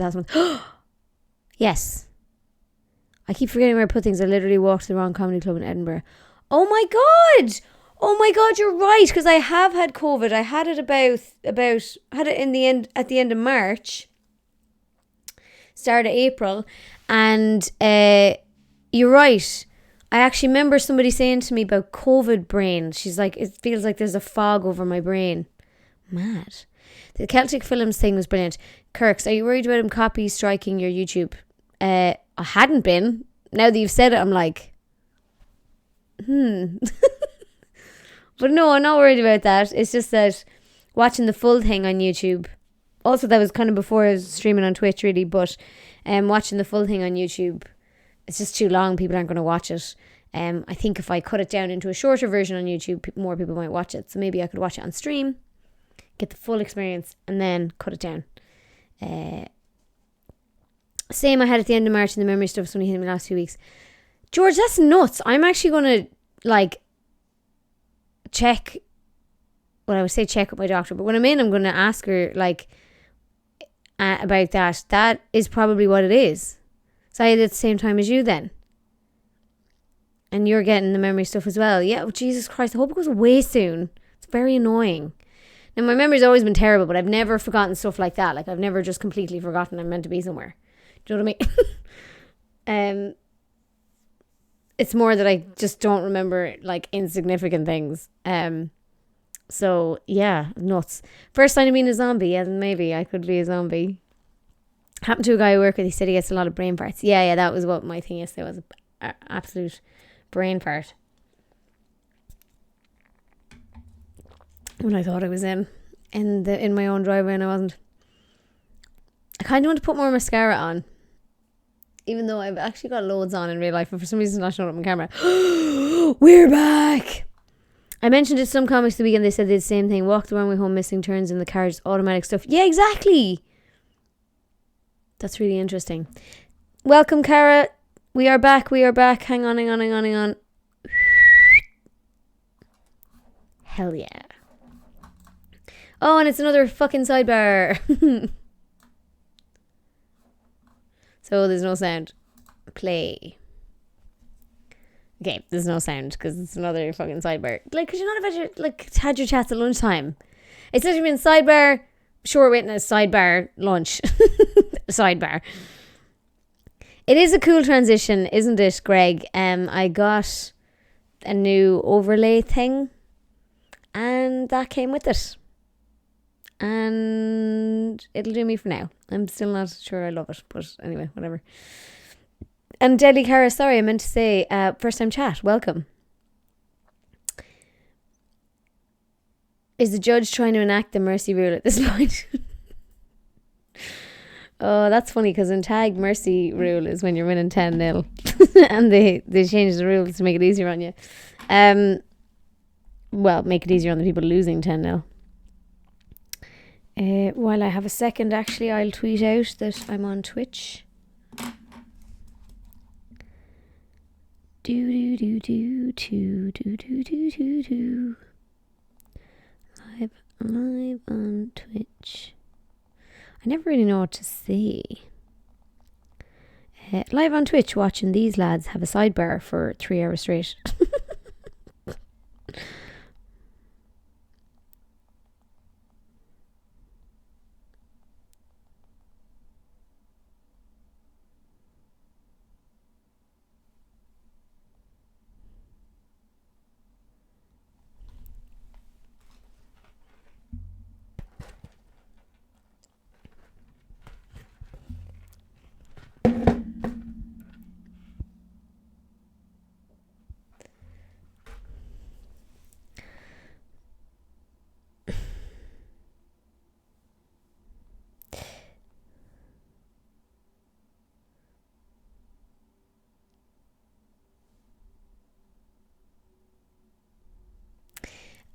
Have I ever been mercied?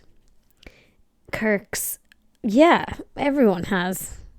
Everyone's done some mercying and everyone's been mercied at some point in their tag career. It'd be very rare that at the level I play at, that be a lot rarer, I guess, that mercy would come into play.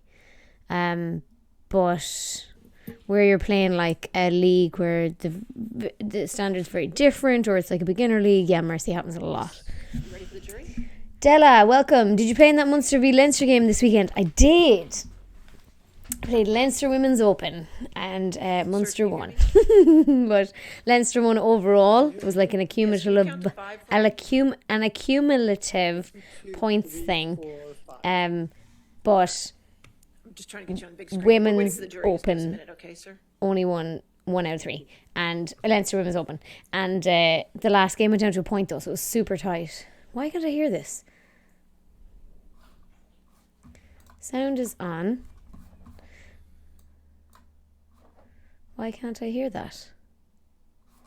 Come on now.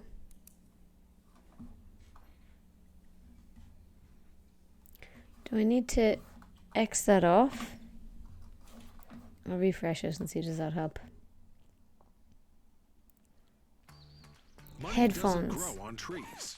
Oh my god, I am an idiot. That is why I can't hear it. Because I need headphones. I am an idiot! Quick, get back in that psychologist to call me an idiot. Investing now. Because he needs to call me an idiot now. I'm no author, and I sell literally thousands of books on Amazon every single month. And you know the crazy thing? I didn't write these books myself. In fact, I've developed a set of... David Allen Colbert. And what is your profession? I'm a plastic and hand surgeon. And how long have you been a plastic and hand surgeon? Plastic and hand surgeon. Been in practice for 26 years. Where do you currently work? At Cedars-Sinai Medical Center. How long have you worked there? Oh, plastic and hand surgeon. For the past 26 plastic years. and hands. Do you know the plaintiff in this action, Johnny Depp? Okay, so he's going to be talking about his hand here. I do. And how do you know Mr. Depp? I had taken care of him when he had injured his hand. When did Mr. Depp become your patient? Sometime in March of 2015. And what type of treatment did you provide to Mr. Depp? He had a fracture of his finger with soft tissue loss. And so we reconstructed his finger. When did you perform the first surgery on Mr. Depp's finger? I believe it was around March 20th of 2015. I am plastic and hands. My And wife what was does paper involved and in that feet. surgery, just briefly? Did I miss the weird psychologist? I think he was a psychologist yesterday. They were trying to say he was an expert in intimate partner violence, and then they wouldn't accept him as an expert in that. And then they were like, why did, in your deposition, why did you call Johnny Depp an idiot? So good. What was the state of Mr. Depp's hand immediately after that surgery?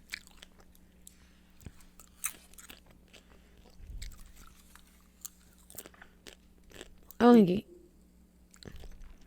there's a delay. I'm sorry, I think the audio cut out a little bit. Could you please repeat your answer?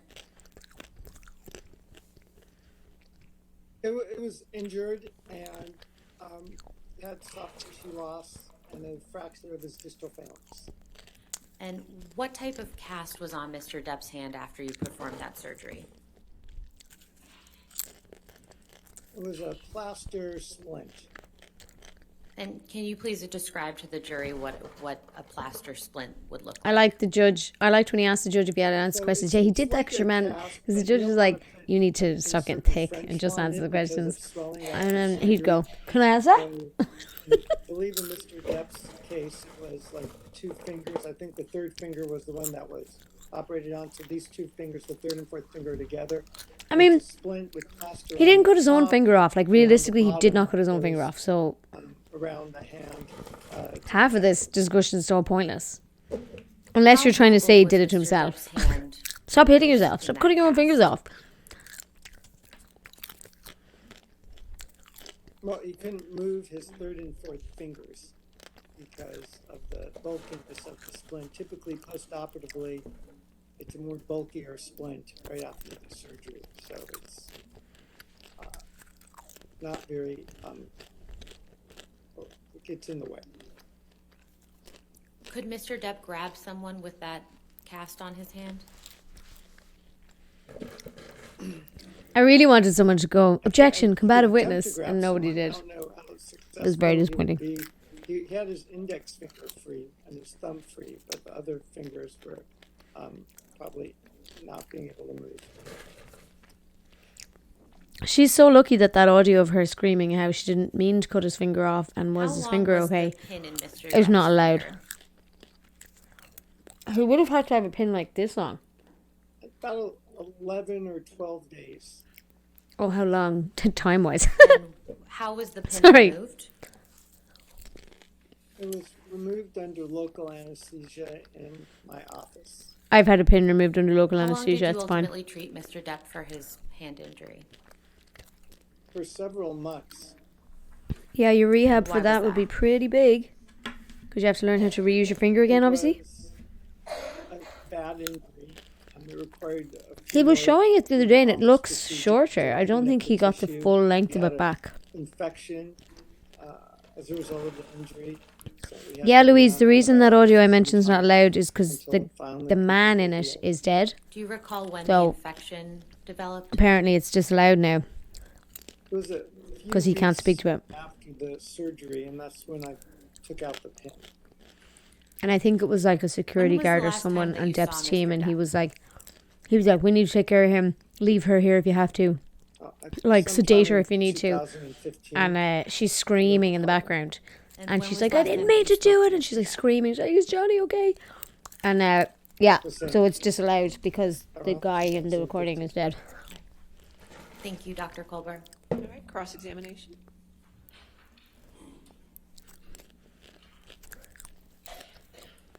Ooh, Greg, resumed Good hydrate. morning, Dr. Culber. So you said that this plaster splint was put on after surgery on March 20th. No.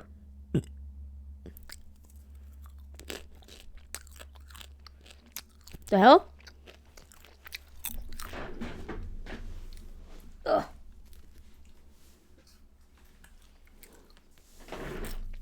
Audio gone. Is it gone for everyone? Or is it just for me? Okay, so the ad is working, so my audio is definitely working. Yeah, so the audio is gone. They can't do this to us. They can't give us this entertainment and then take it away. I wonder, is anybody watching? Like, is there like a team of live streaming engineers making sure that this is going out? There has to be, because it can't be automated. It's back. Audio's back. And regardless of whether Mr. Depp could have grabbed someone with the hand with the cast on, he could have grabbed someone with the hand without the cast on, correct? Obviously. Correct. Michelle, can you pull up Exhibit 400, please? This has been admitted, Your Honor. I'm confused. I thought they'd rested.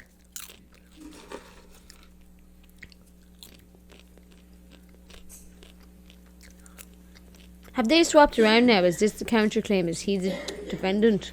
Permission And to publish. she's the plaintiff, or Dr. Kevin? Culver, I'm just going to ask Michelle here to just scroll through these pictures, and I'd ask you to take a look at them. Your Honor, I'm going to object for lack of foundation for these photographs. They're already in evidence. With respect to the questions to the witness. They're in evidence. Thank you. Michelle, if you could go back up to that, stop right there.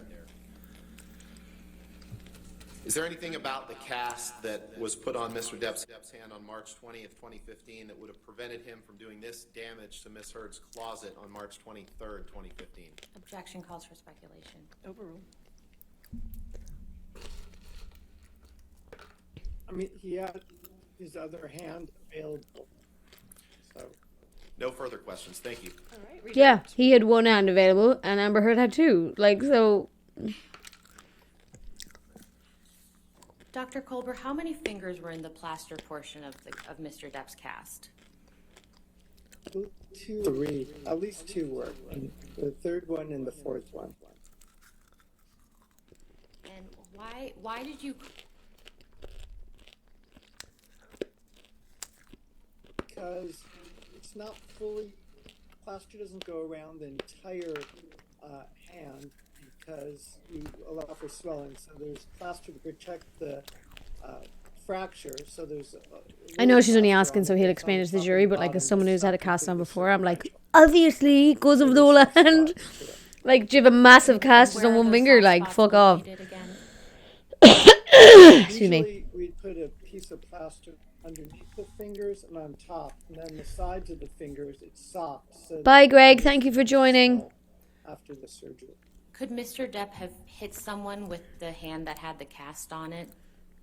I mean, he could have, but it would have hurt so fucking much. He could have hit someone with it. It probably would have Caused him a lot of pain. injured, damaged the cast.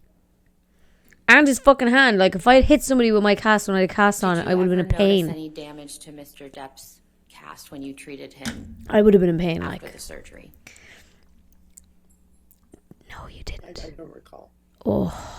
But not Ray looking Daly, at welcome. So, has this been much of a circus his Twitter's been making out? Could Mr. Depp form a fist with the cast on? Yeah. He would have had to go straight to the hospital. No. He wouldn't have been able to form fist. He hit her with the cast. He absolutely would have hurt himself. All right. Like, Thank you, sir. That completes your when I testimony. had my hand in a cast, I was like holding it so gently. Anytime you'd touch it off anything, your whole thing would like jar, and it would just be so painful. Plaintiff calls Richard Marks, Your Honor. So I definitely wouldn't have ever hit someone with my cast. Not in a million years. So just a reminder that you're.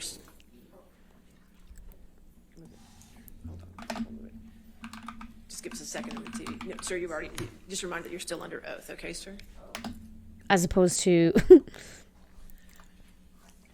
I just want to see what other people's titles are.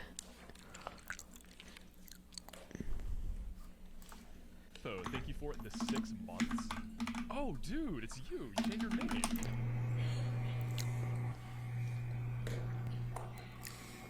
Johnny Depp versus Amber Heard 69. That's really funny that's one of the titles. All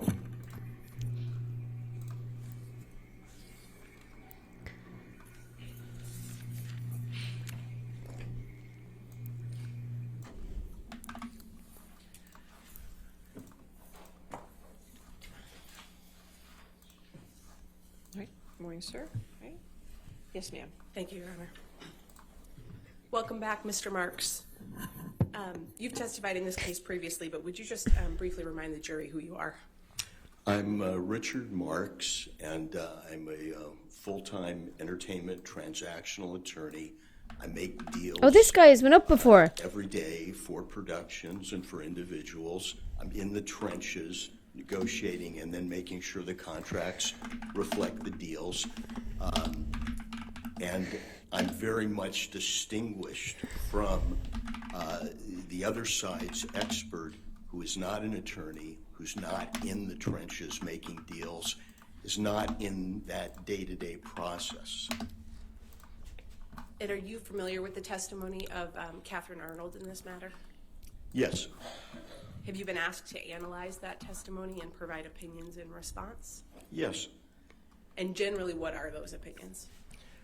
Well, Ray Daly, I hadn't heard, was there any mention of Johnny's finger being almost cut off? Yeah, they literally have not shut up about it. Slick and smooth, but she's not an expert in deal making. Her assessment of damages is built on nothing, and it's wildly speculative.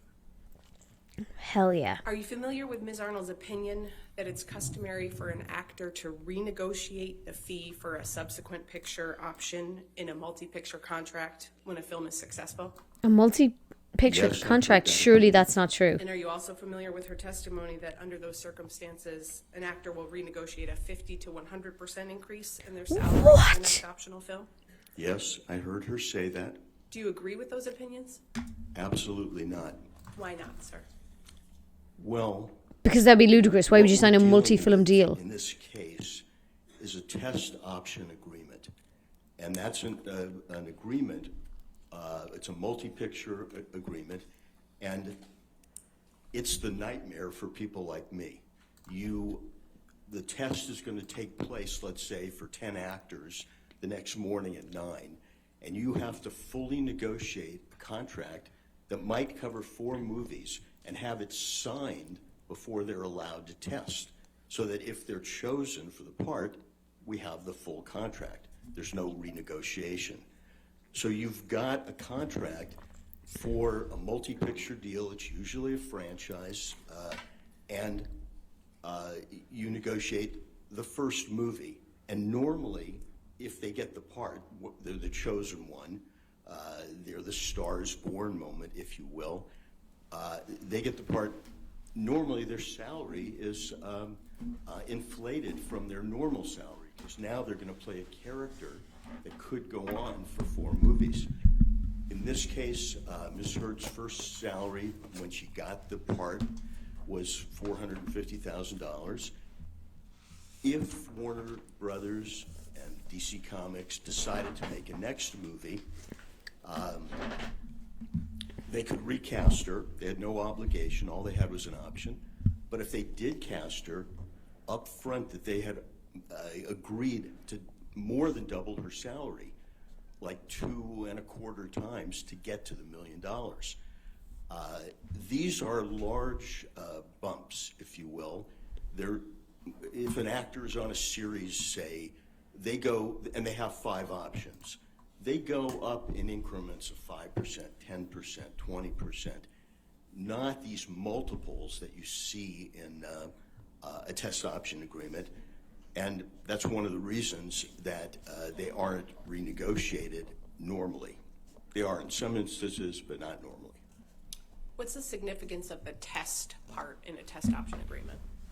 The test significance is that an established actor usually wouldn't test.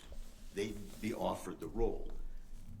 Ms. Heard was in a group of actors that needed to be tested to see if the studio wanted to hire them, and then if they hired them, they would be locked up for potentially 4 movies at very lucrative increases, because after Aquaman 1, she gets to $1 million.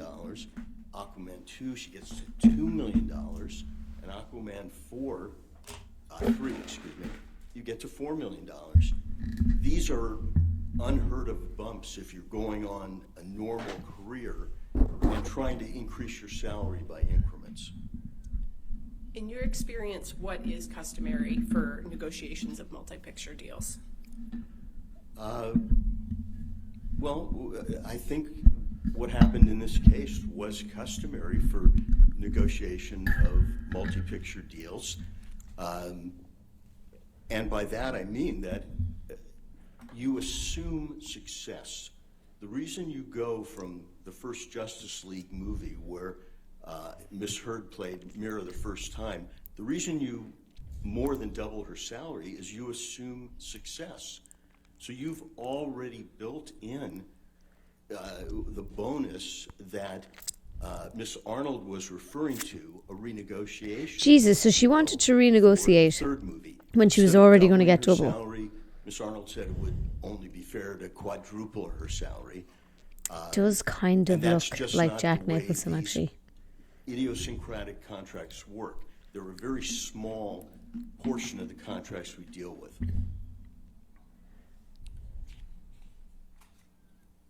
Are you familiar with Ms. Arnold's opinion that Ms. Heard's salary for Aquaman 2 could have been renegotiated to around $4 million?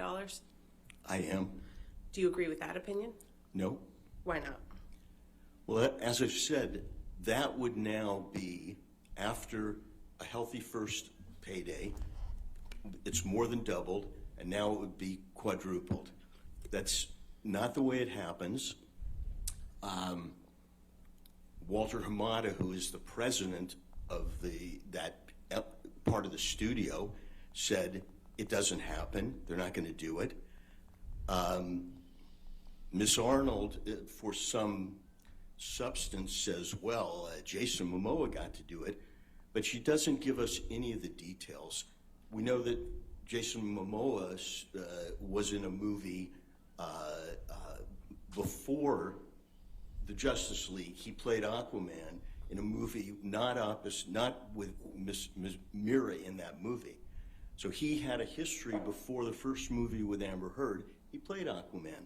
We don't know what his contract, the state of it was when you got to Aquaman 2, and she says, unsupported, that he renegotiated. We're not sure what he renegotiated to.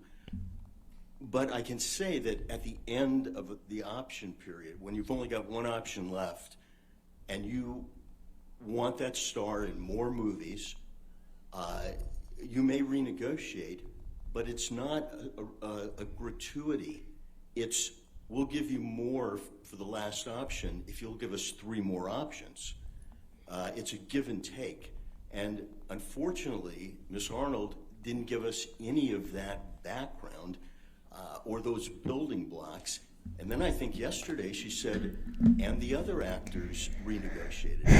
And again, we don't know their salary history. We don't know their contracts. Also, they're way more famous. We don't know anything except she's asking you just to believe her as what I refer to as a professional expert.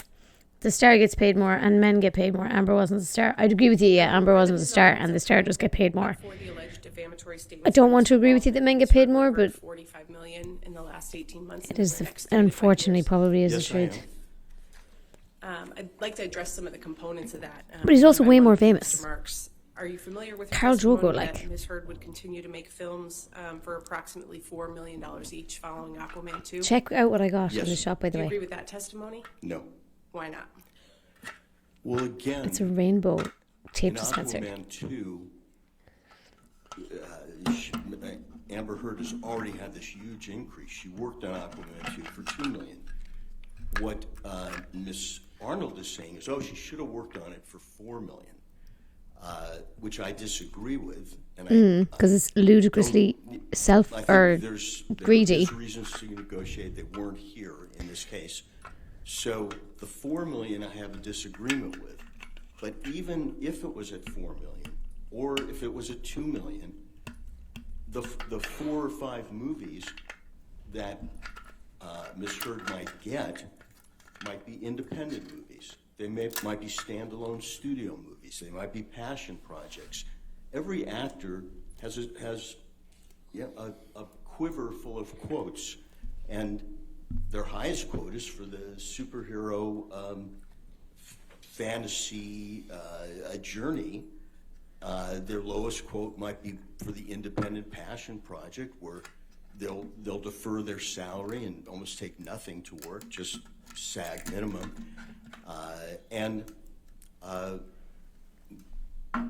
To assume that she'd get 4 or 5 more movies at this, her last fantasy quote, would be to assume that those are also those type of movies, playing another character. And Miss Arnold says that Miss Heard's breakout moment, her Star is Born moment, is Christmas 2018. If that's true, and I don't think it's true, those moments don't normally happen to supporting cast, but if it's true, as a deal maker, you would expect, if you represented producers, production companies, to flock in, to take advantage of this hot star and to sign them up. And we have, from Christmas 2018 to spring 20, where there is none of this activity. The Star is Born phenomena didn't happen. Miss Heard starred in one series of 8 episodes, and she earned a healthy fee, $200,000 an episode. But that's 5 times less than the million Miss Arnold is tossing out, supposedly based on Jason Momoa's quote. She doesn't prove it or give us facts. And Jason Momoa is not a comparable actor. He's been in a series where they shot 78 episodes. Yes! 4 episodes. Okay, thank you. Episodes. He played Conan the Barbarian. Thank you. Game of Thrones. It's not a comparable. Objection, Your Honor. I hate the truth. Mr. Marks, we'll get to some of those issues in a moment, but I want to take you back for a second. I believe you testified a few minutes ago that your understanding is that the last option in a multi-picture deal might be renegotiated under some circumstances.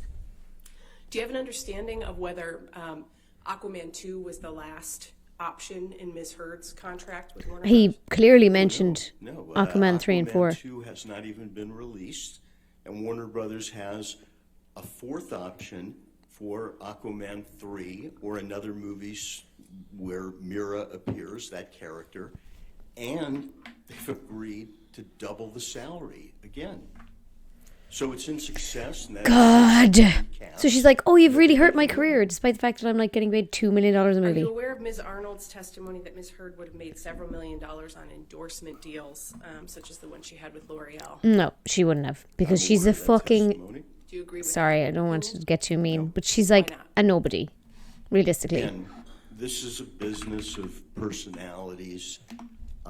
Oh, he's going to say something really mean here. The breakout moment that Miss Arnold talked about, Christmas 2018, we didn't see endorsement deals flocking to Miss Heard during that 16-month period before Adam Waldman made a few statements in the London Daily Mail, I believe it was.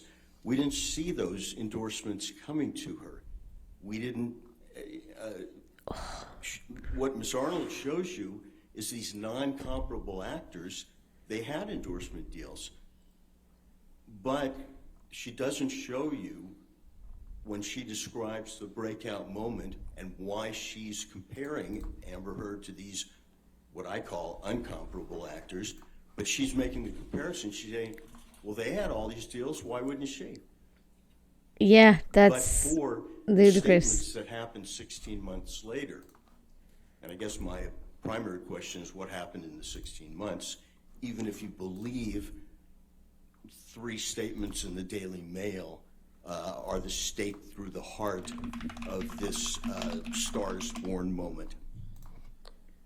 Do you have an opinion about Ms. Arnold's testimony that Ms. Heard would have made $1 million an episode in a couple of streaming series following her A Star is Born moment? Yes, I heard it. I have an opinion. What's your opinion? That's bullshit. Well, after Aquaman 1, this is a major coup. Amber Heard got that role. She tested for it. She could have been the other 19 actresses or 10 or whoever else tested. Didn't get it. She got the role. And she got her salary doubled for Aquaman 1 to $1 million. Now, Ms. Arnold wants you to believe that that $1 million would translate into, she'd get that for each episode of the series. we know what she got for a series. She got a series in that period after Christmas 2018, before spring of 2020. She got a series. It was 8 episodes, and it was $200,000 an episode. And Miss Arnold is... This guy is absolutely burying her. Somewhere, in a glib way, saying she... I heard it, and I have an opinion. I enjoyed that response. I can tell you, I heard it. Someone in the trenches... And I have an opinion. Rarely. Thank you for redeeming Hydrate. Get $1 million for a series episode. And again, in those 16 months, there were no offers for series at $1 million an episode. In fact, her only series is the $200,000. And if you look at her resume, the series that Miss Heard were in, I think the longest one ran 8 episodes. Jason Momoa, if you were to believe Miss Arnold, and somehow Jason Momoa's agent broke their confidentiality in the agreement, and he had a series at $1 million an episode, if you're to believe that, Jason Momoa has had a series with 78 episodes, with 44 episodes, with 21 episodes, with 18 episodes, with 21 episodes. He was a much more famous person. There's not a comparableness there. He was much more famous. We spoke a few minutes ago about the test option agreement. What's the significance of the option part of that agreement? The option part of the agreement gives the employer, the studio, the option. They don't have to do anything. They have an option to either employ you at a very healthy salary to play this role or not. They can recast the superhero role. You just have to think of how many actors have played Batman or Superman. They can do what they want. And indeed, since there's no contract, they only have a choice to exercise their option or not. They might say, we're not exercising unless you reduce your compensation. Who knows what the negotiation would be, but it's not a contract until the studio exercises the option, and they don't have to. What's the alternative to an option agreement? Well, the alternative is most agreements in Hollywood, you're hired to play the role. Or once you exercise the option, then it becomes, for that picture, an agreement like others in Hollywood. You are now hired to play that role. So most contracts are guaranteed, you're hired to play the role. In an option agreement, once they exercise the option, for that movie, it becomes a guaranteed contract. Are you aware that Ms. Arnold testified that Ms. Heard was released from her Aquaman 2 contract and then subsequently rehired? I heard that testimony. Is that consistent with your experience in the film industry in connection with these multi-option contracts? No. Why not? Again, studios don't do things they don't have to do. As we heard Mr. Hamada, the president of the studio, say, you either exercise your option or you don't. Thank you for cheering, Mark. They exercise their option. Oh my God, how did I do that? He denied releasing and then rehiring. In my experience, in almost 5 decades in the business, doing this type of work, not talking about it, not consulting. One person to go to the toilet. I have, I heard Miss Arnold say she's been an expert 100 times. I'm a transactional lawyer. I do this occasionally. Basically, it's not a contract till they option it, and they pick up their option, and at that point, it's a guaranteed contract, and then different rules apply to it.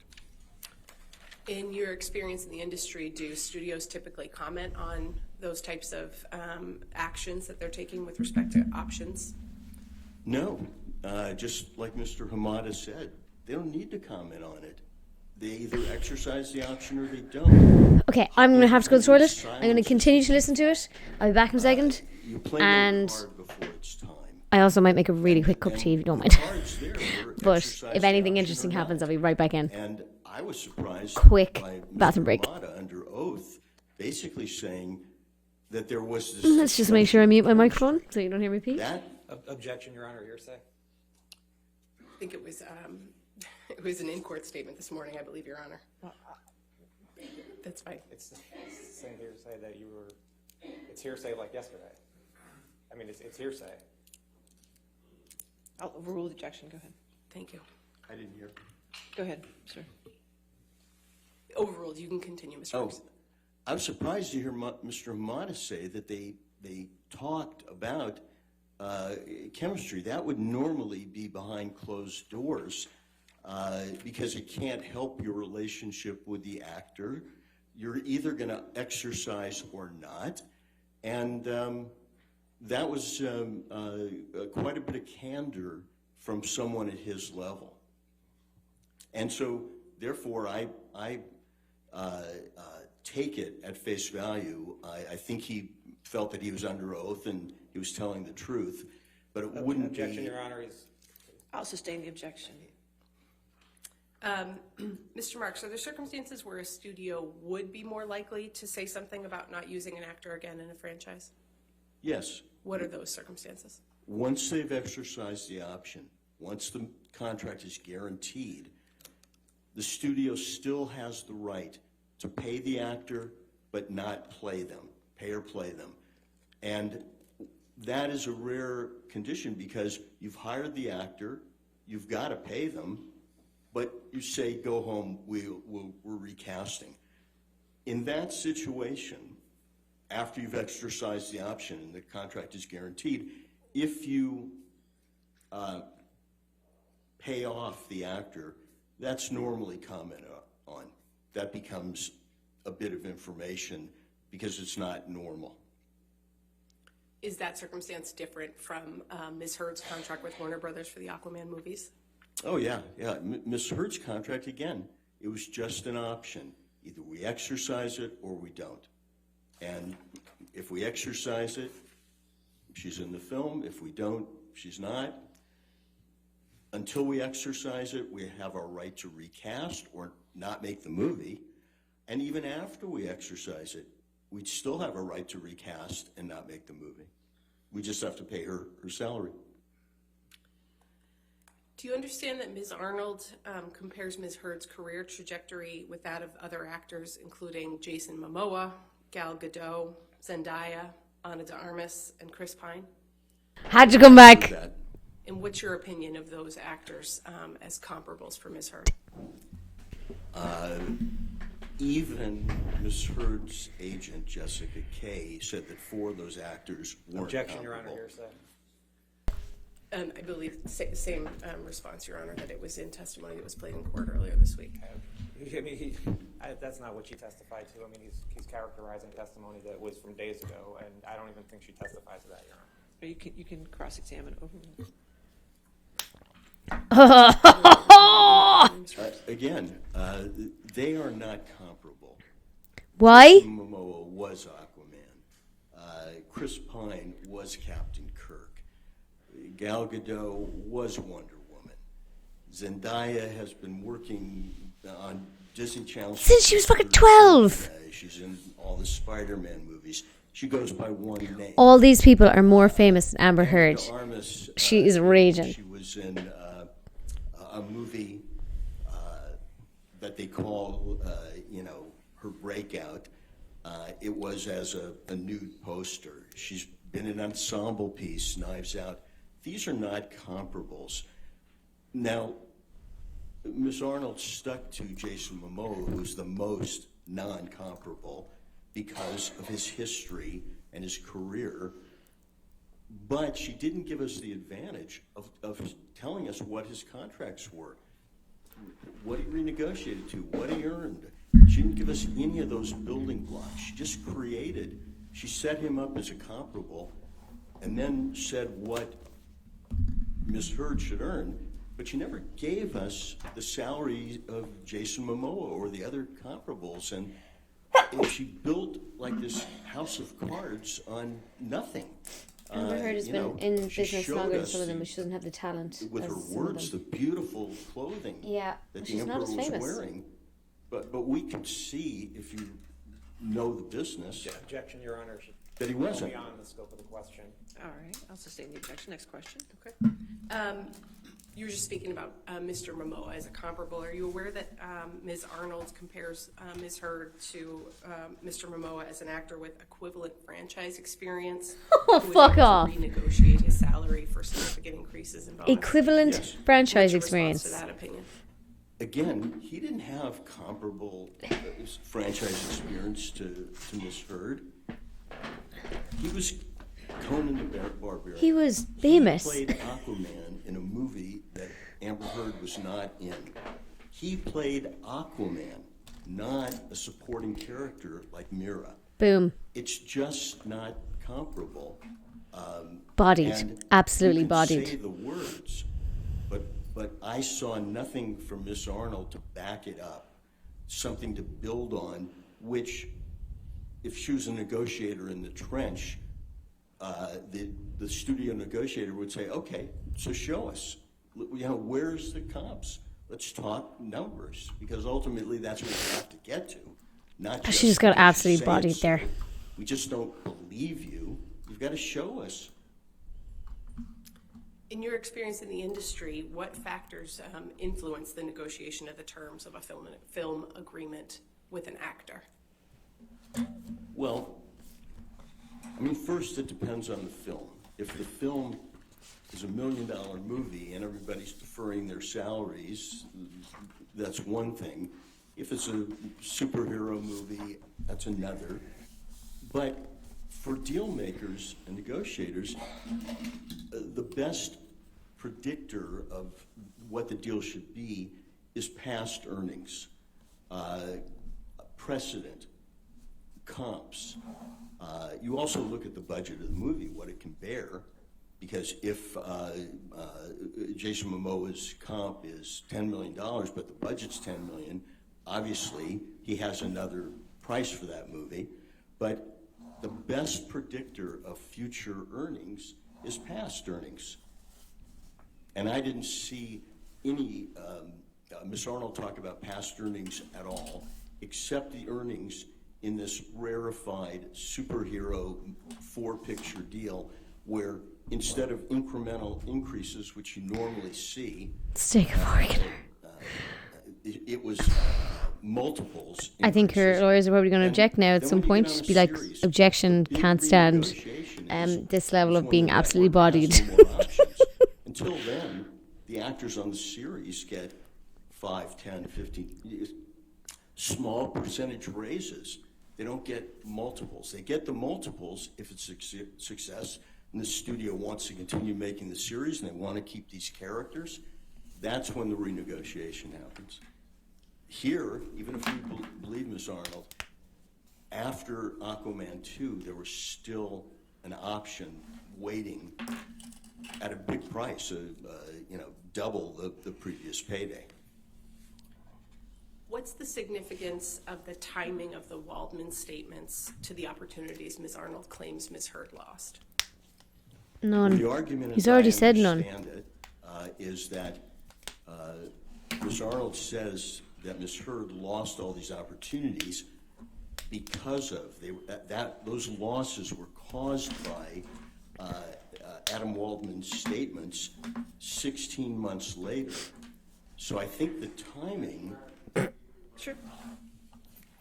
Oh, they approaching? This guy has an amazing ability of stretching the definition of she's an expendable character.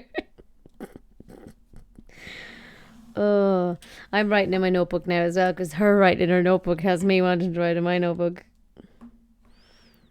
She's just scribbling, I fucking hate him. Over and over again. I have an itchy nose. I think it's hay fever season. This guy looks great for someone 50 years in the trenches. That's true.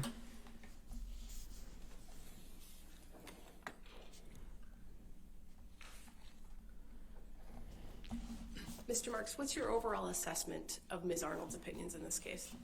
Dog shit. Bullshit. My overall assessment Nonsense. of her opinions is that they're not worth the paper they're not written on.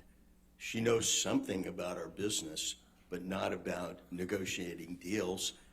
She may have gotten someone at the Endeavor office to breach confidentiality, but she never laid out the building blocks. Excuse me, there's an objection. You have to stop talking, Mr. Marks. Thank you. Beyond the scope. Yeah, Mr. Marks, can you just limit your testimony to your opinion about Okay. Ms. Arnold's opinions, please? My opinion, as someone who's made deals as a deal maker for almost 50 years, is that she calls That was herself absolutely an brutal, expert, but Kirks, she's wasn't it? not. It was She brutal. doesn't have the background. She doesn't have the day-to-day knowledge. Like, And I was the joking about what testimony I that said, and then he heard basically said did worse. not back up her bottom line. If you want to get those figures, you have to show why they're deserved. And again, she was constructing a Jenga without the bottom pieces.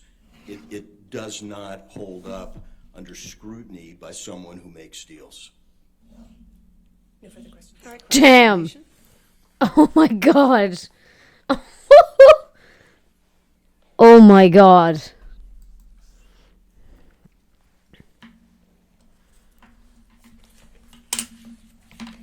Stop, she's already dead. Good morning.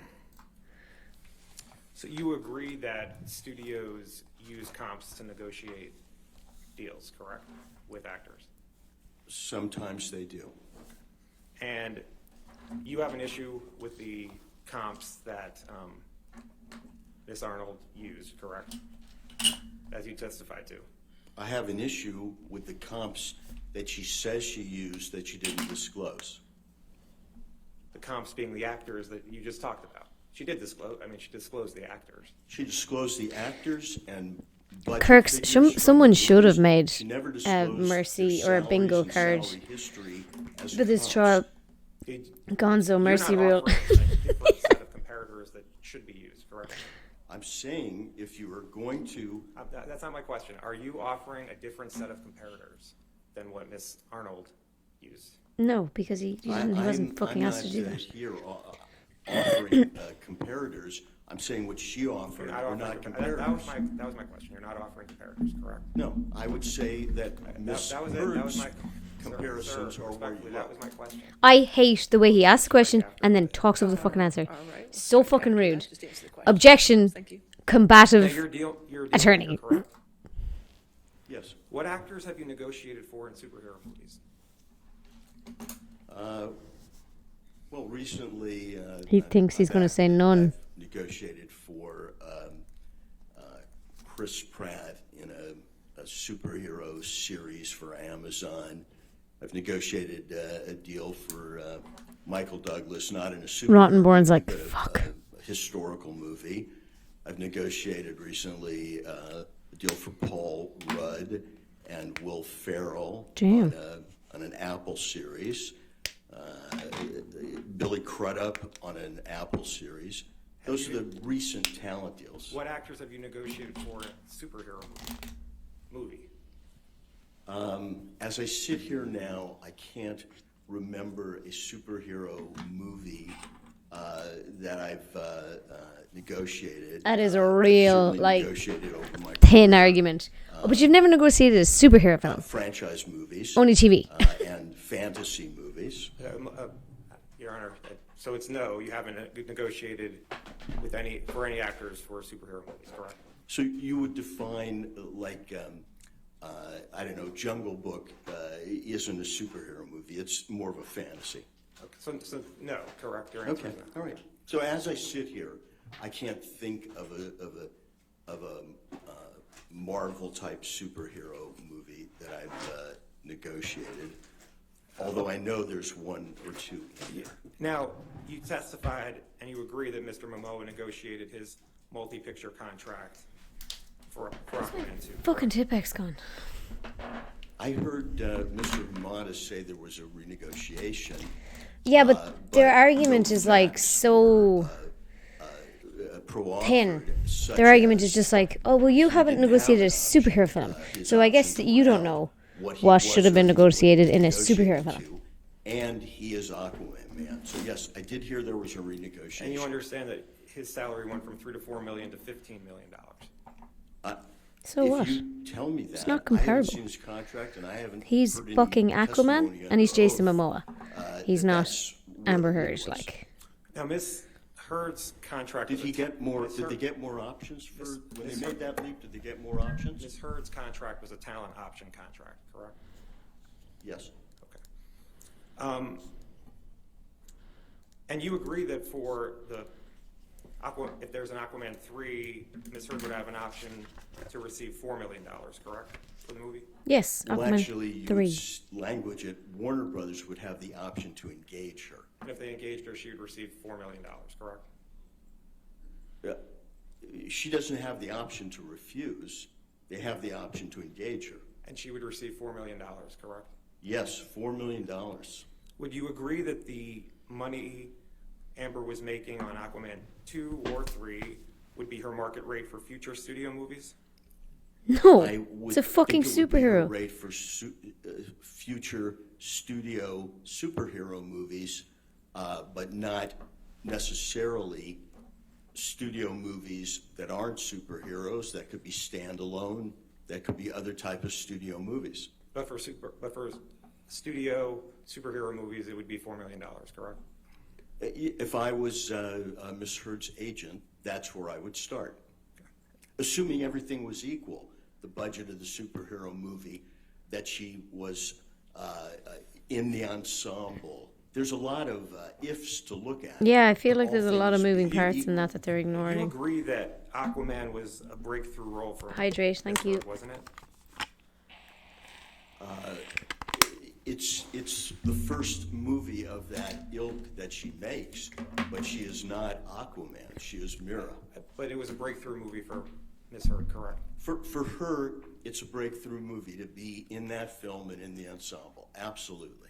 Yeah, because she was wasn't the fucking female famous. star of that. How come they're saying on one hand she was believe so. comparable to Jason Momoa in terms of fame, and on the other hand they're like, this is a breakthrough role? Ms. Arnold listed What? as comparables, their career trajectory went up after their breakthrough, correct?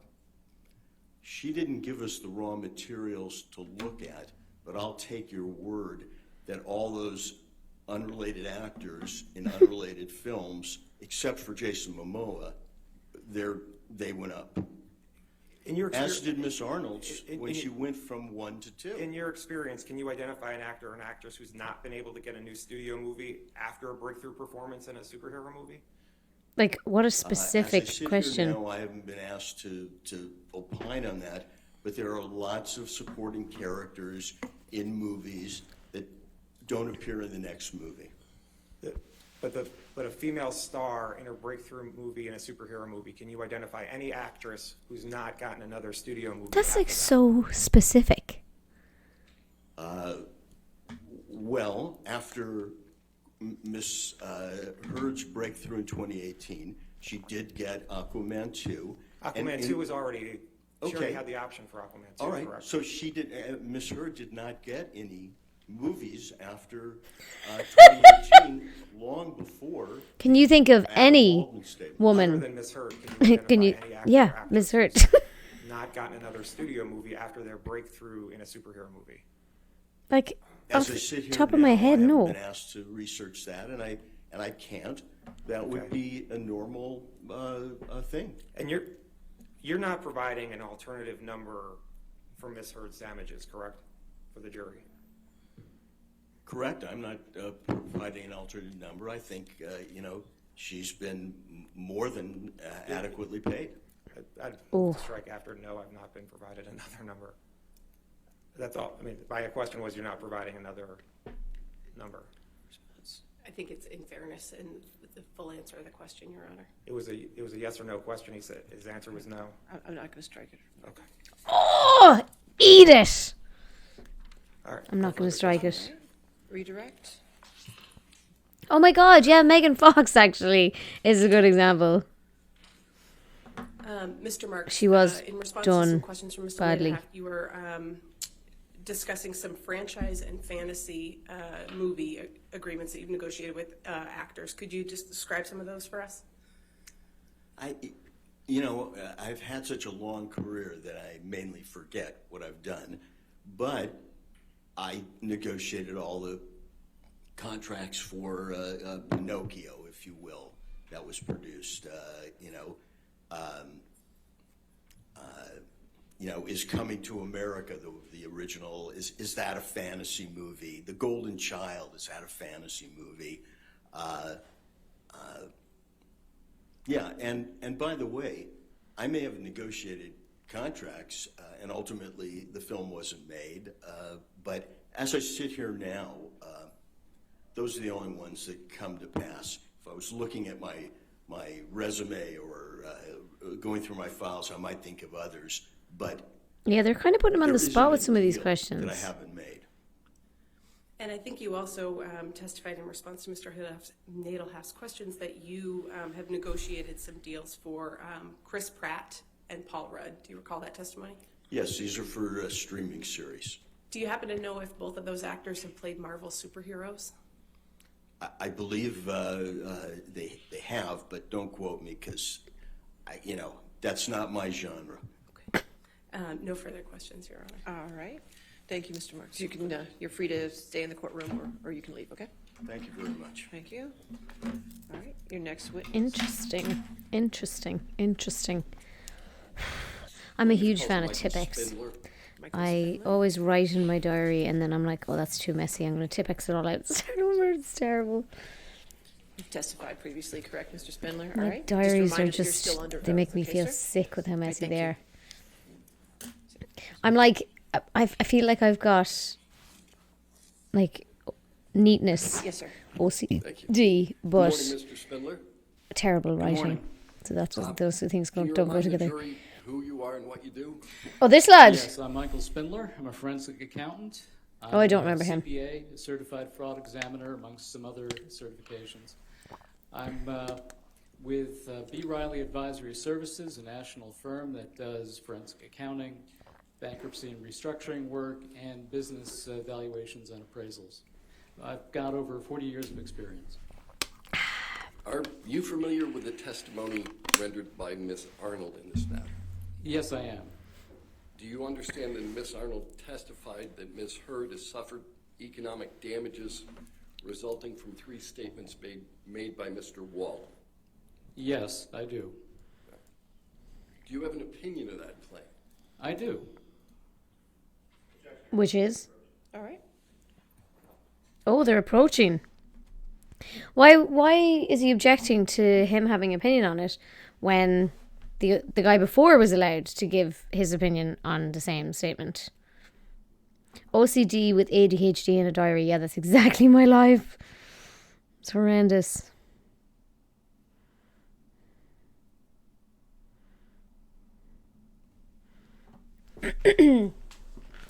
Although looking at my diary has reminded me that bloopers, hopefully I'll get them up tonight. On my Patreon bloopers are going up.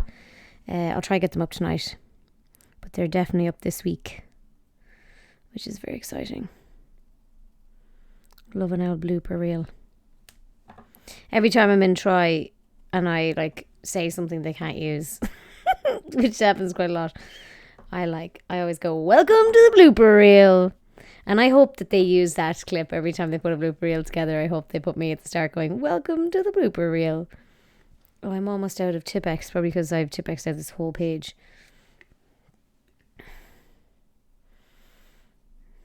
This might be a good time to go get a cup of tea, would it? As I'm raring for a cup of tea. And Alex will be home soon as well.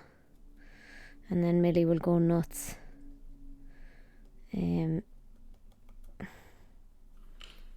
Oh, sound is back. Thanks, Mr. Spindler. Now, you indicated that you had listened Go to tea. Arnold, and she Go testified tea. on behalf of Ms. Heard relative to economic damages. have you formed an opinion as to the testimony and opinion rendered by Ms. Arnold? Yes, I have. What's that opinion?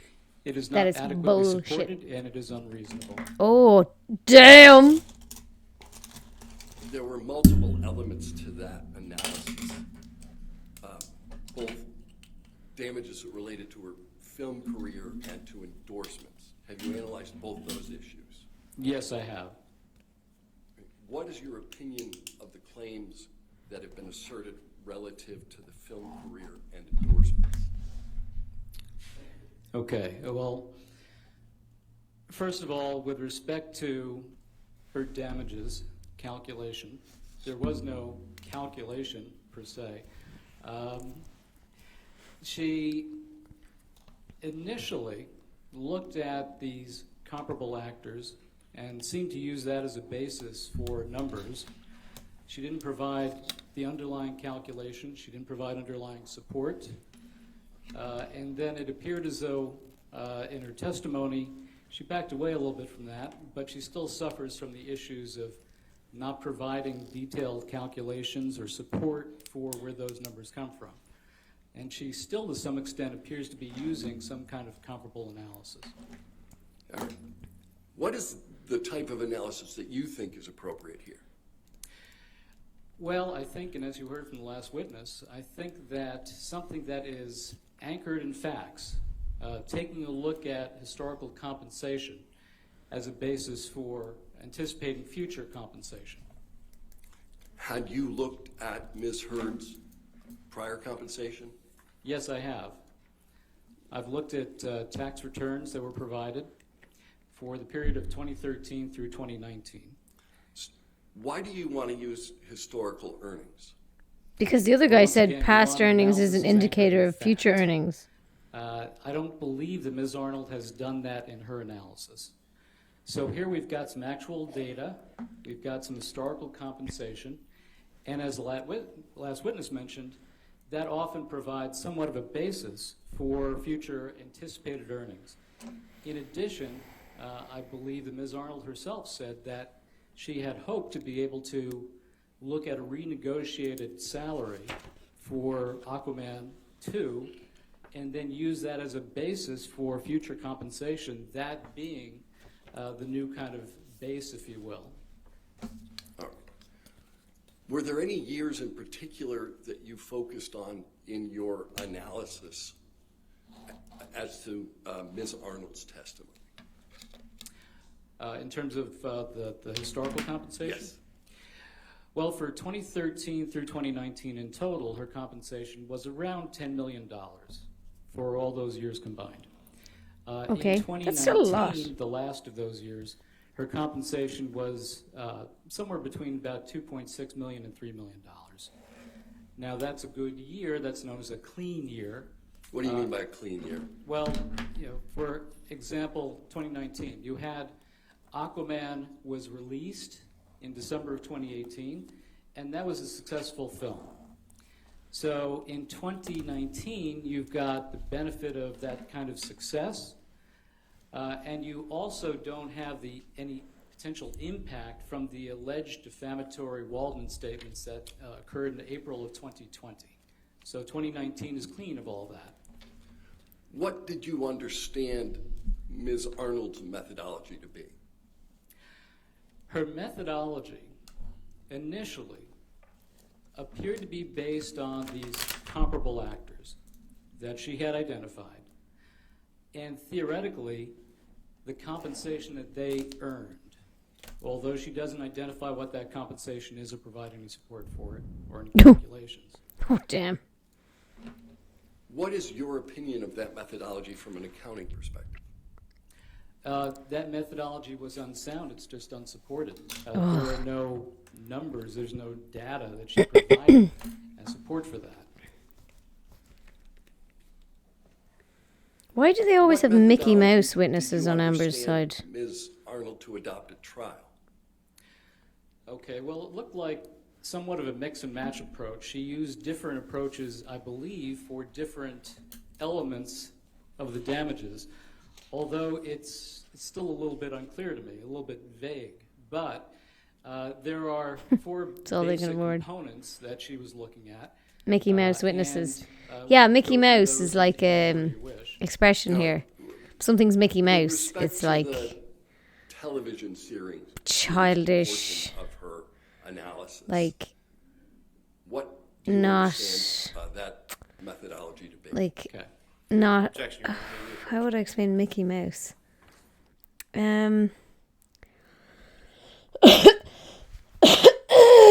Excuse me. Like if you got a Mickey Mouse contractor, you'd be like, they don't know what they're doing. Facts really aren't working out for her. They're really not. This has been a hard out slog now for her team, I'd say.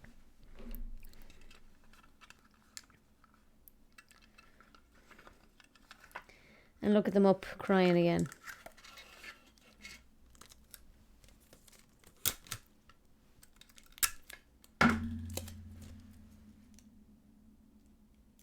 I enjoy when it goes to like sidebar and then it just comes back and then she's like, I'll ask you that again. I enjoy that because it's real shady.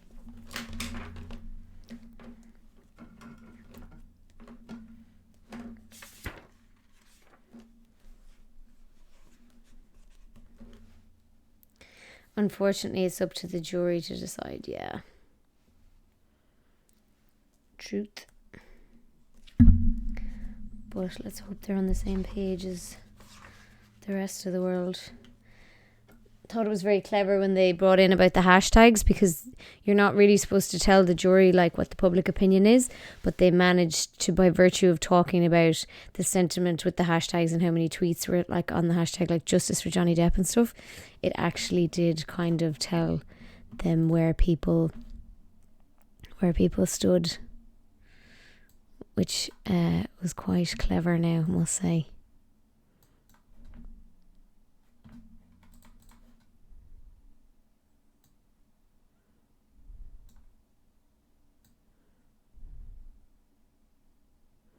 Oopsies. Oh, God damn it.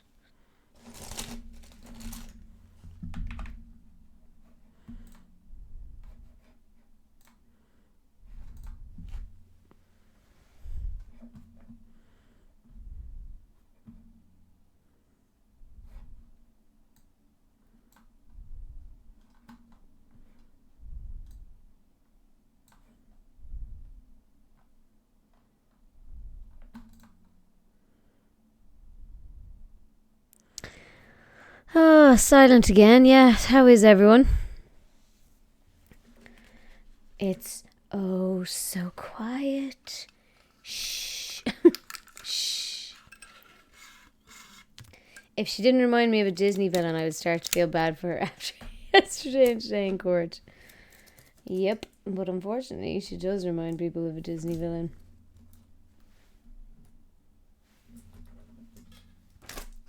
I'm good, Candle of Ormen. Kinda dying to play a game of Elden Ring, if I'm being totally honest with you. But other than that, feeling good.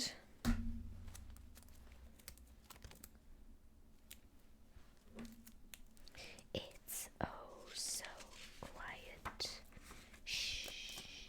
Shh.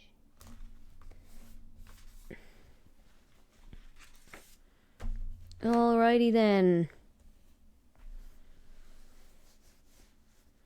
Oh, no play much tag this past weekend. Yes, I played for Leinster this weekend. And then from television shows. Oh, that was it actually, just Leinster. Did you analyze what historical earning Ms. Heard had during the period that you were concerned with relative to television shows? Well, yes, during 2019, she entered into a contract in July of 2019 to appear in a television series at $200,000 per episode. All right. What about what TV series is that? Endorsement deals. Did you look at what she had made on endorsement deals during that period? She did have a contract with L'Oreal at $1,625,000. Oof. All right. with respect to her movie roles, what were her historical earnings during that period? Well, certainly for the most recent years, you had the I think Alex is home. the Warner Brothers deal. The Stand is a show. Picture deal. The first film was $450,000. Then the first Cruella. Aquaman Isn't there a was series called $1 million Cruella? base fee. Then Okay, I'm going to $2 take a million pause for here Aquaman to 2, go make a cup of tea and, because Alex is home and I need to let Millie out to go $3 say hello to him. million. And I need to tell him I'm streaming so he doesn't start shouting at me upstairs. Why And do I'll you be back look at in 5. historical earnings as part of your analysis? Because you want your analysis to be anchored in. I also need to pee again because so many people are redeeming hydration. Methodology, and you want to I'll be back in 2. reasonable result. So if you take a look at, for example, the analysis that Ms. Arnold did, it didn't appear No, to be. Let's just look at the analysis that you're doing. What you said, I think, is you wanted them anchored in facts. Why? Because that provides a sound basis for coming up with something with reasonable certainty. There's AICPA, or American Institute of Certified Public Accountant, guidance with respect to reasonable certainty. And those are the basic elements of it. Thank you. No further questions. All right, cross-examination.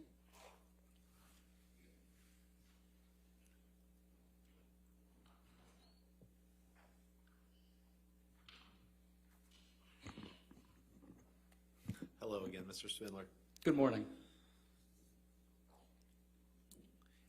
I'm going to ask you a few questions that may refer to the statements in Amber's counterclaim against Mr. Depp. When I refer to those statements, I'm going to refer to them as the Depp-Waldman statements. Do you agree that we can both be on the same page what I'm referring to when I say that? That's fine. You can use your terminology. I'm sorry, there's an objection, sir. Hold on. Can we approach? Okay.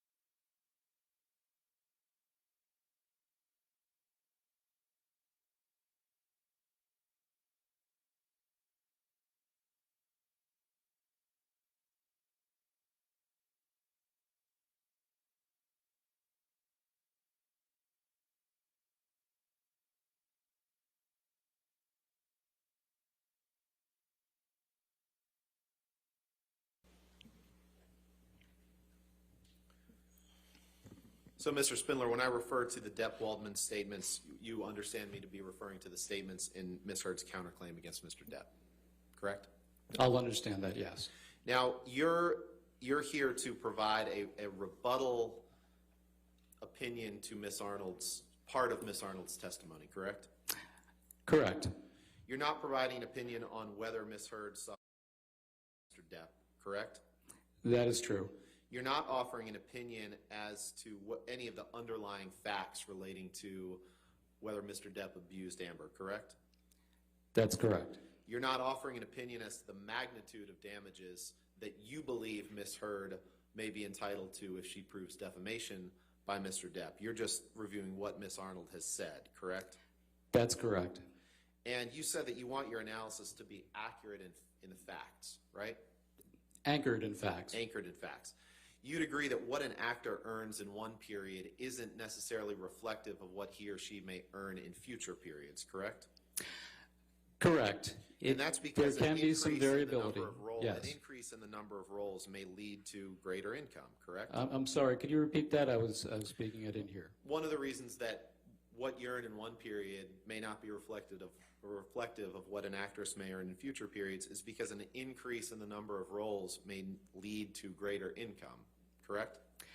The number of roles or the particular project itself, yes. Sure, getting better roles may lead to greater income, correct? Correct. And the same is true for an endorsement. As an actress's profile grows, the amount of money that she may be able to earn from endorsements grows as well, correct? It can.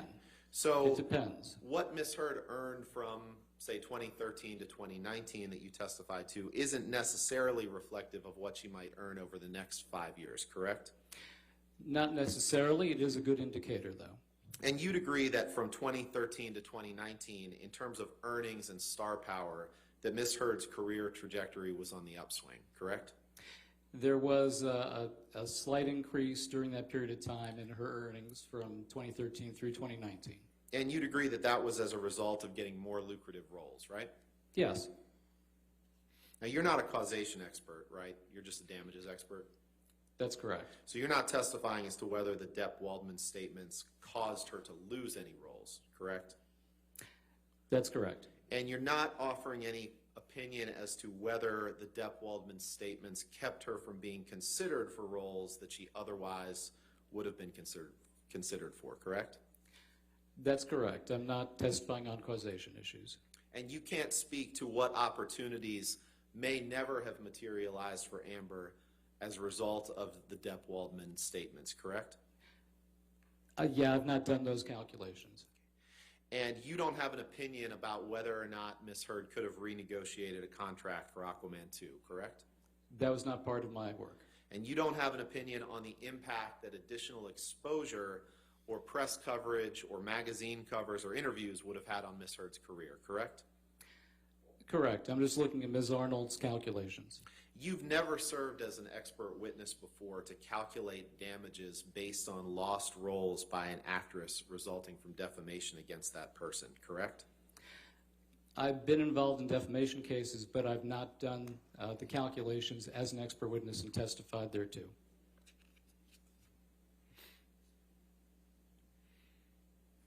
And there's never been an instance in which you have served as an expert witness in a case to calculate damages based on alleged defamation against an actress, correct? Correct. And you're not offering any expert opinion on what impact the alleged defamation by Mr. Depp has had on Ms. Heard's career, correct? I'm sorry, one more time? You're not offering any expert opinion on what impact the Depp-Waldman statements by Mr. Depp has had on Ms. Heard's career, correct? Other than taking a look at Ms. Arnold's calculations. And you're not offering any expert opinion about what impact, if any, social media coverage of this case or of Ms. Heard may have had on Ms. Heard's career, correct? You're correct. That's other experts. Can we approach No her? further questions. Thank you. All right.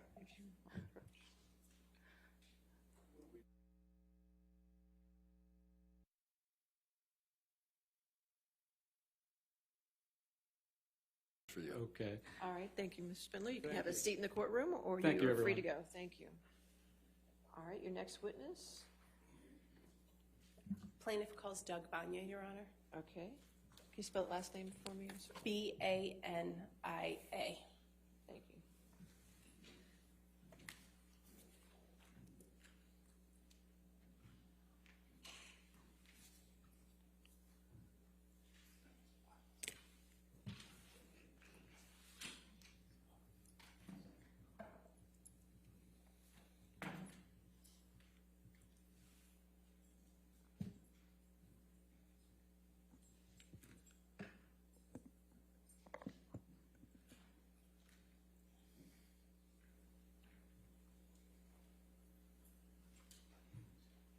All right, so you can. So just a reminder that you're still under oath, okay, sir? Thank you.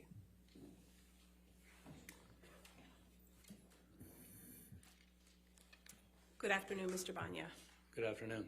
Can you briefly reintroduce yourself to the jury, please? Yes, hi, Doug Banya.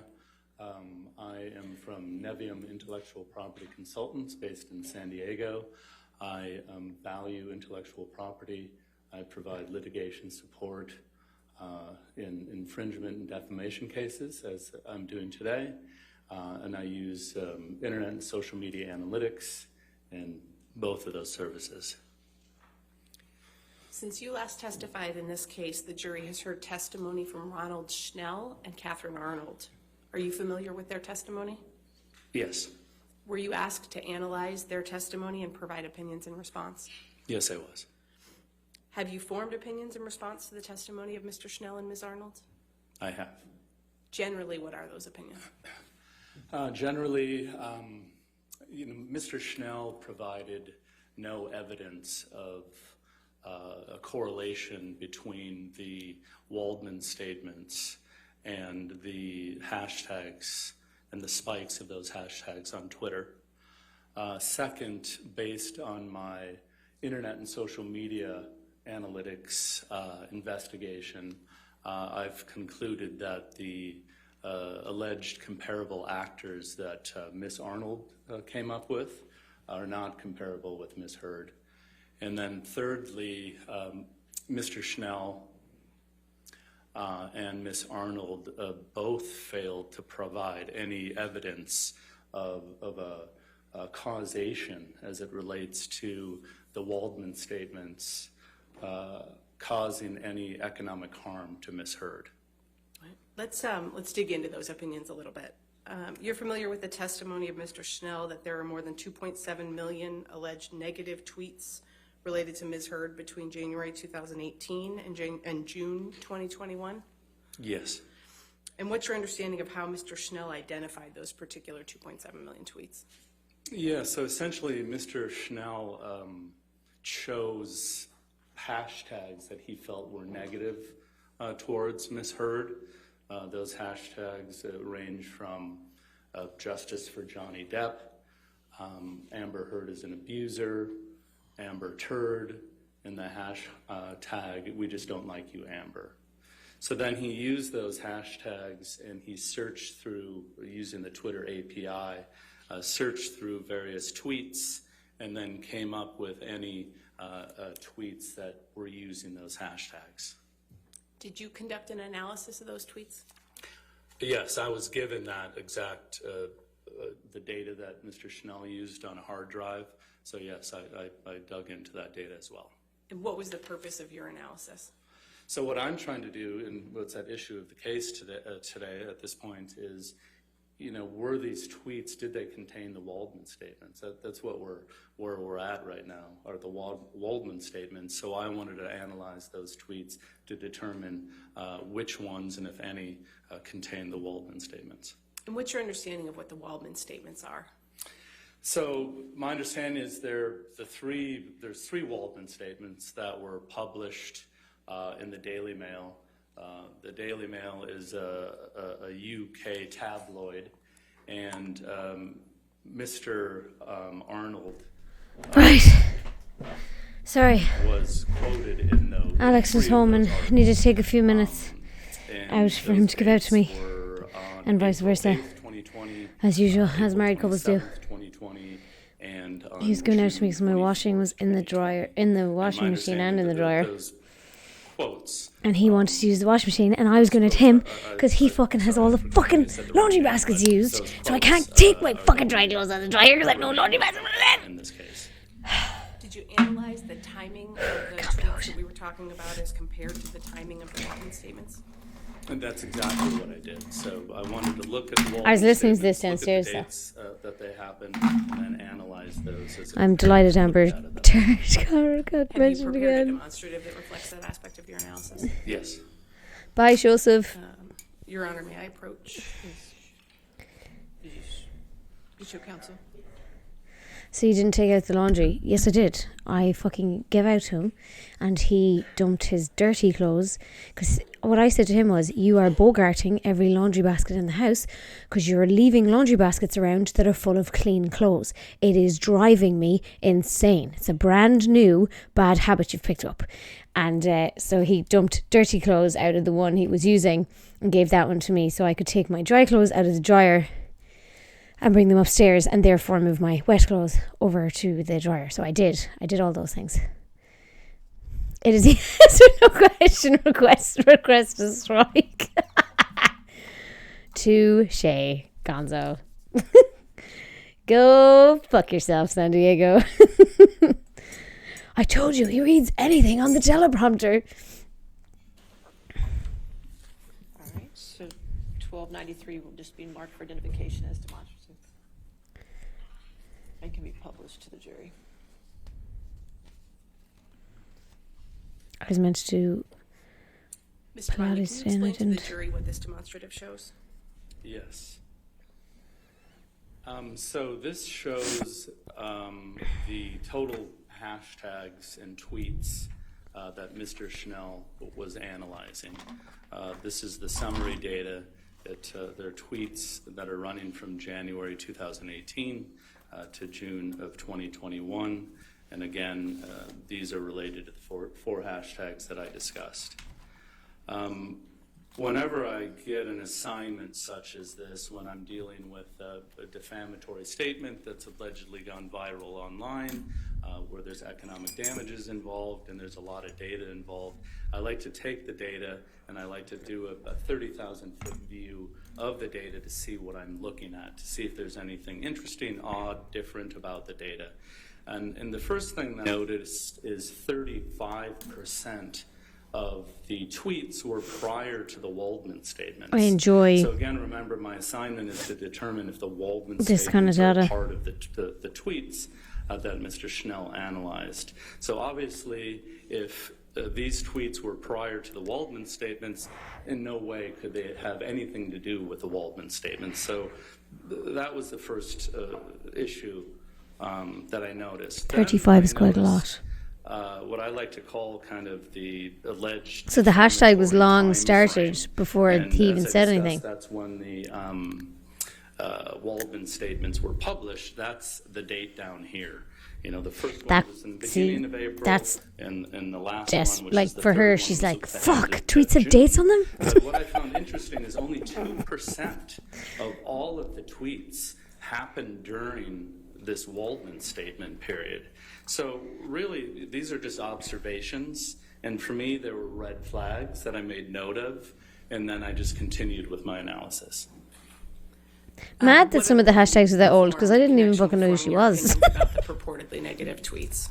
Yeah, so now I realize that 35% are irrelevant and 2%, only happened during this important period. I just continue to dig into the 2.79 million tweets that Mr. Schnell provided. And Tom, can we take that one down? And Mr. Banya, have you prepared another demonstrative that depicts that analysis that you were just describing? Yes. Ooh, double audio.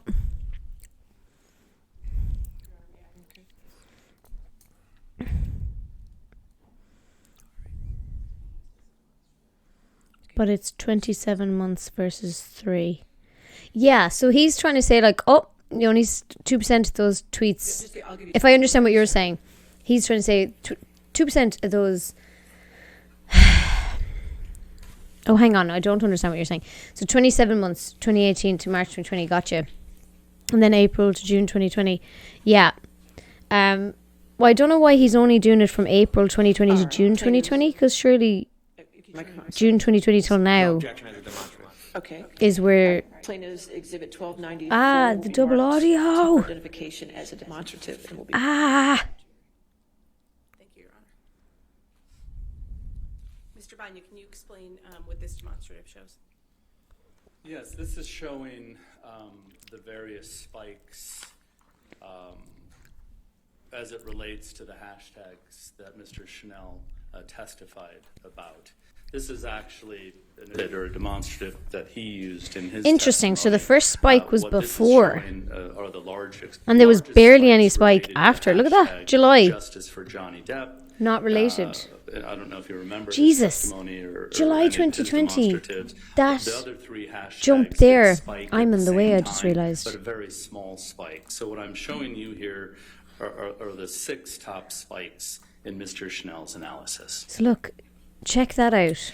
And what's Number important 2 here, is July the very 2020, first was spike when the and poo in the bed largest story came spike, out. again, Why is there such a small... happened before the Waldman statements. Small- So what I'm trying to I figure would have out thought is that was what like the biggest tweets one. were related to the Waldman Not statements. related. So this number 1 spike, Not which is the related. biggest spike, was prior to the Waldman statements. Articles So it's related to Heard irrelevant returning to to the Aquaman case. 2.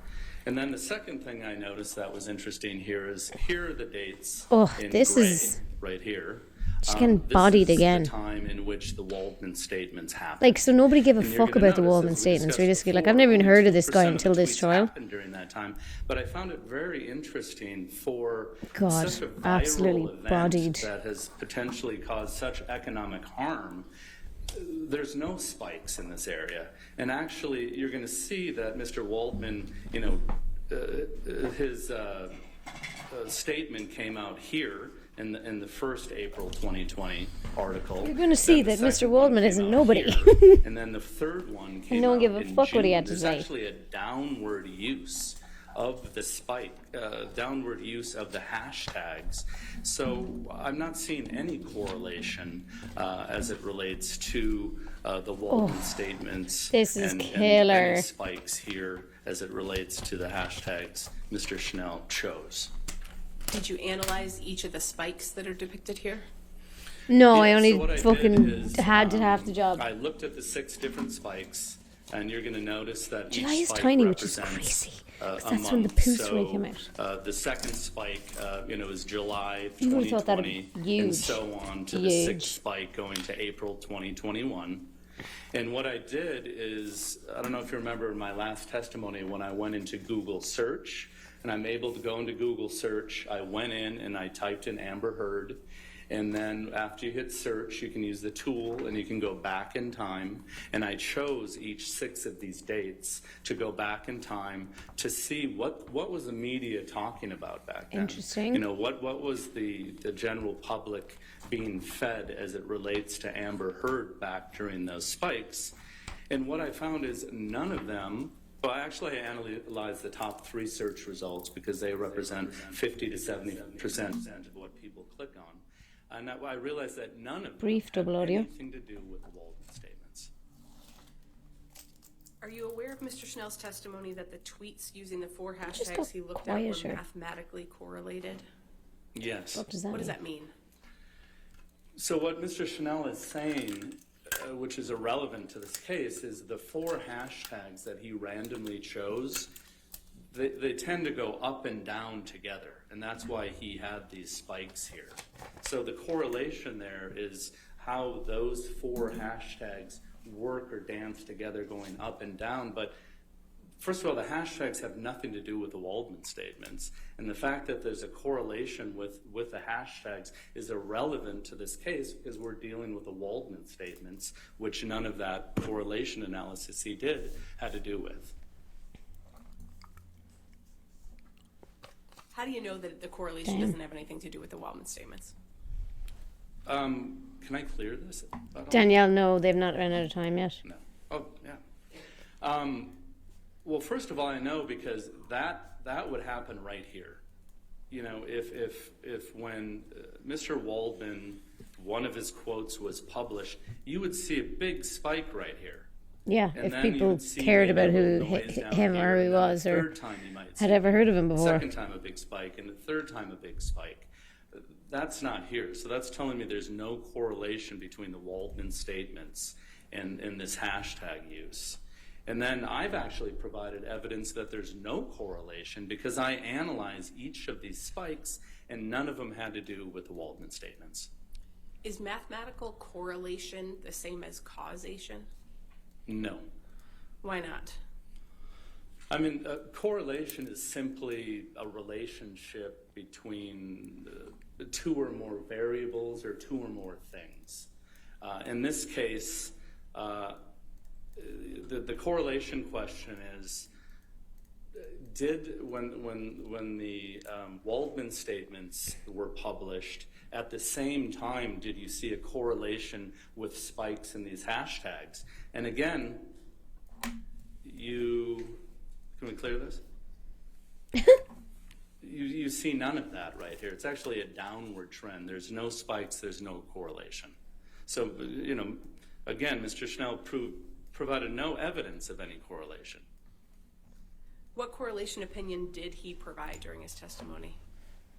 Well, he provided the correlation that the 4 hashtags, spike together. But again, the hashtags have nothing to do with the Waldman statements, and the facts that they're correlating or moving together is irrelevant to the case because the case is about the Waldman statements.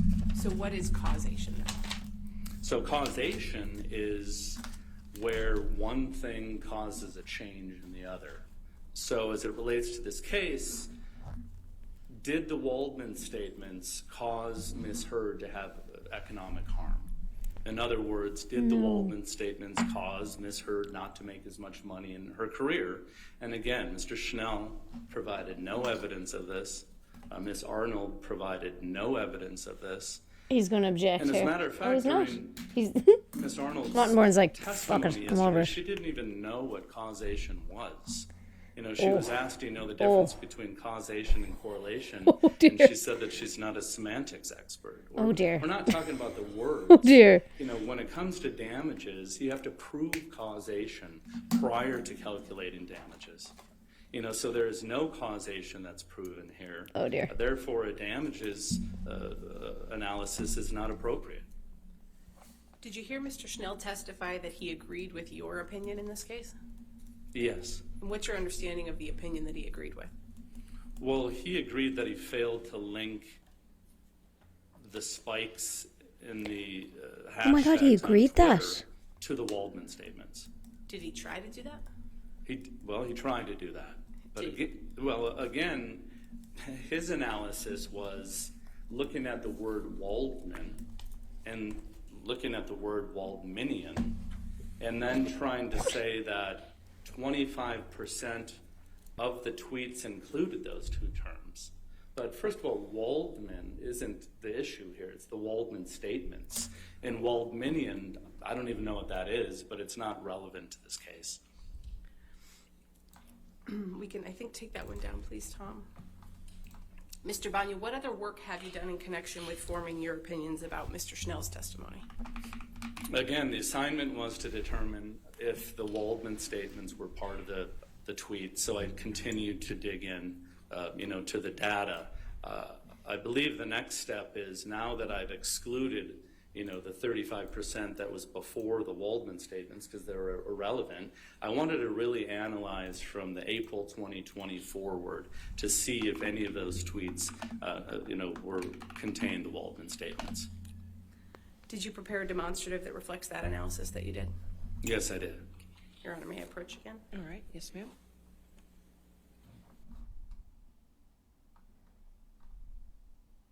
They're approaching again. This bit's a little boring, I'll be honest with you, but Any objections, sir? No objection at the demonstrative. All right. We'll mark it for identification as grand. plaintiffs 1295 as demonstrative. needs to be done. So, Mr. Banya, did you consider the content of the statements made by Waldman as part of the work that you did? Yes. Yeah, so here I reviewed the Waldman statements again, and what I wanted to do is I wanted to determine what, if any, tweets included the Waldman statements. So what I went back to the Waldman statements, and I came up with key terms and key themes for those Waldman statements, which are listed here. The Waldman statements were about abuse hoax, sexual violence hoax, and fake sexual violence. So what I did is we're now dealing with a 1.2 million tweets because, we're starting in April 2020 because that's when the Waldman statements started. And what I did is I searched the 1.2 million tweets, for these three phrases. And I determined that there were 751 tweets that included those key terms, which is 0.06% of the 1.2 million.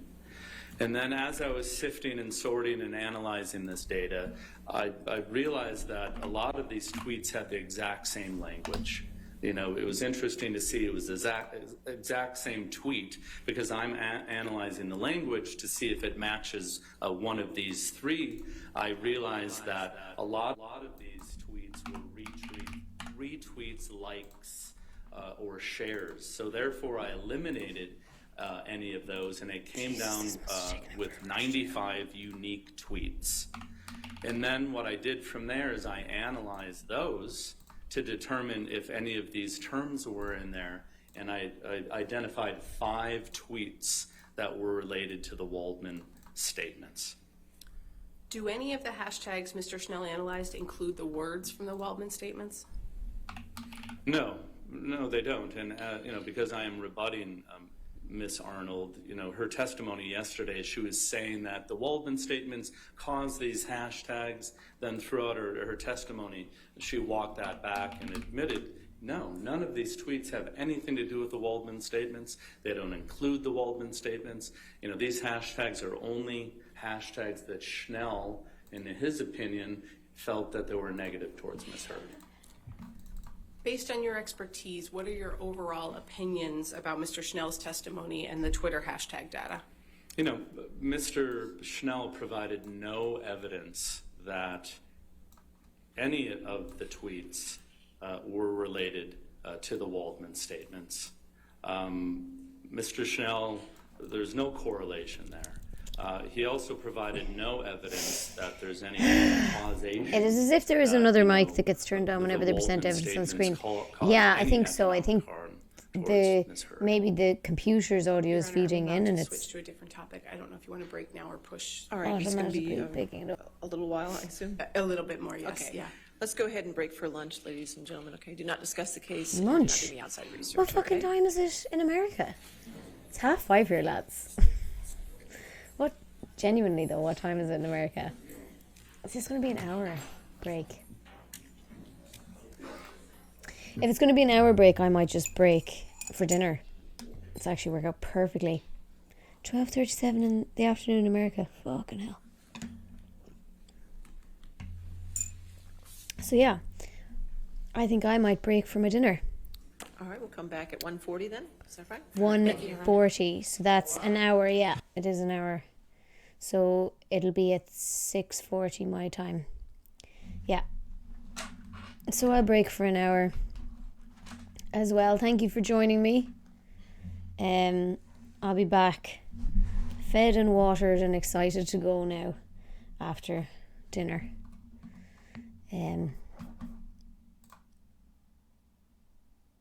Oh, hydrate.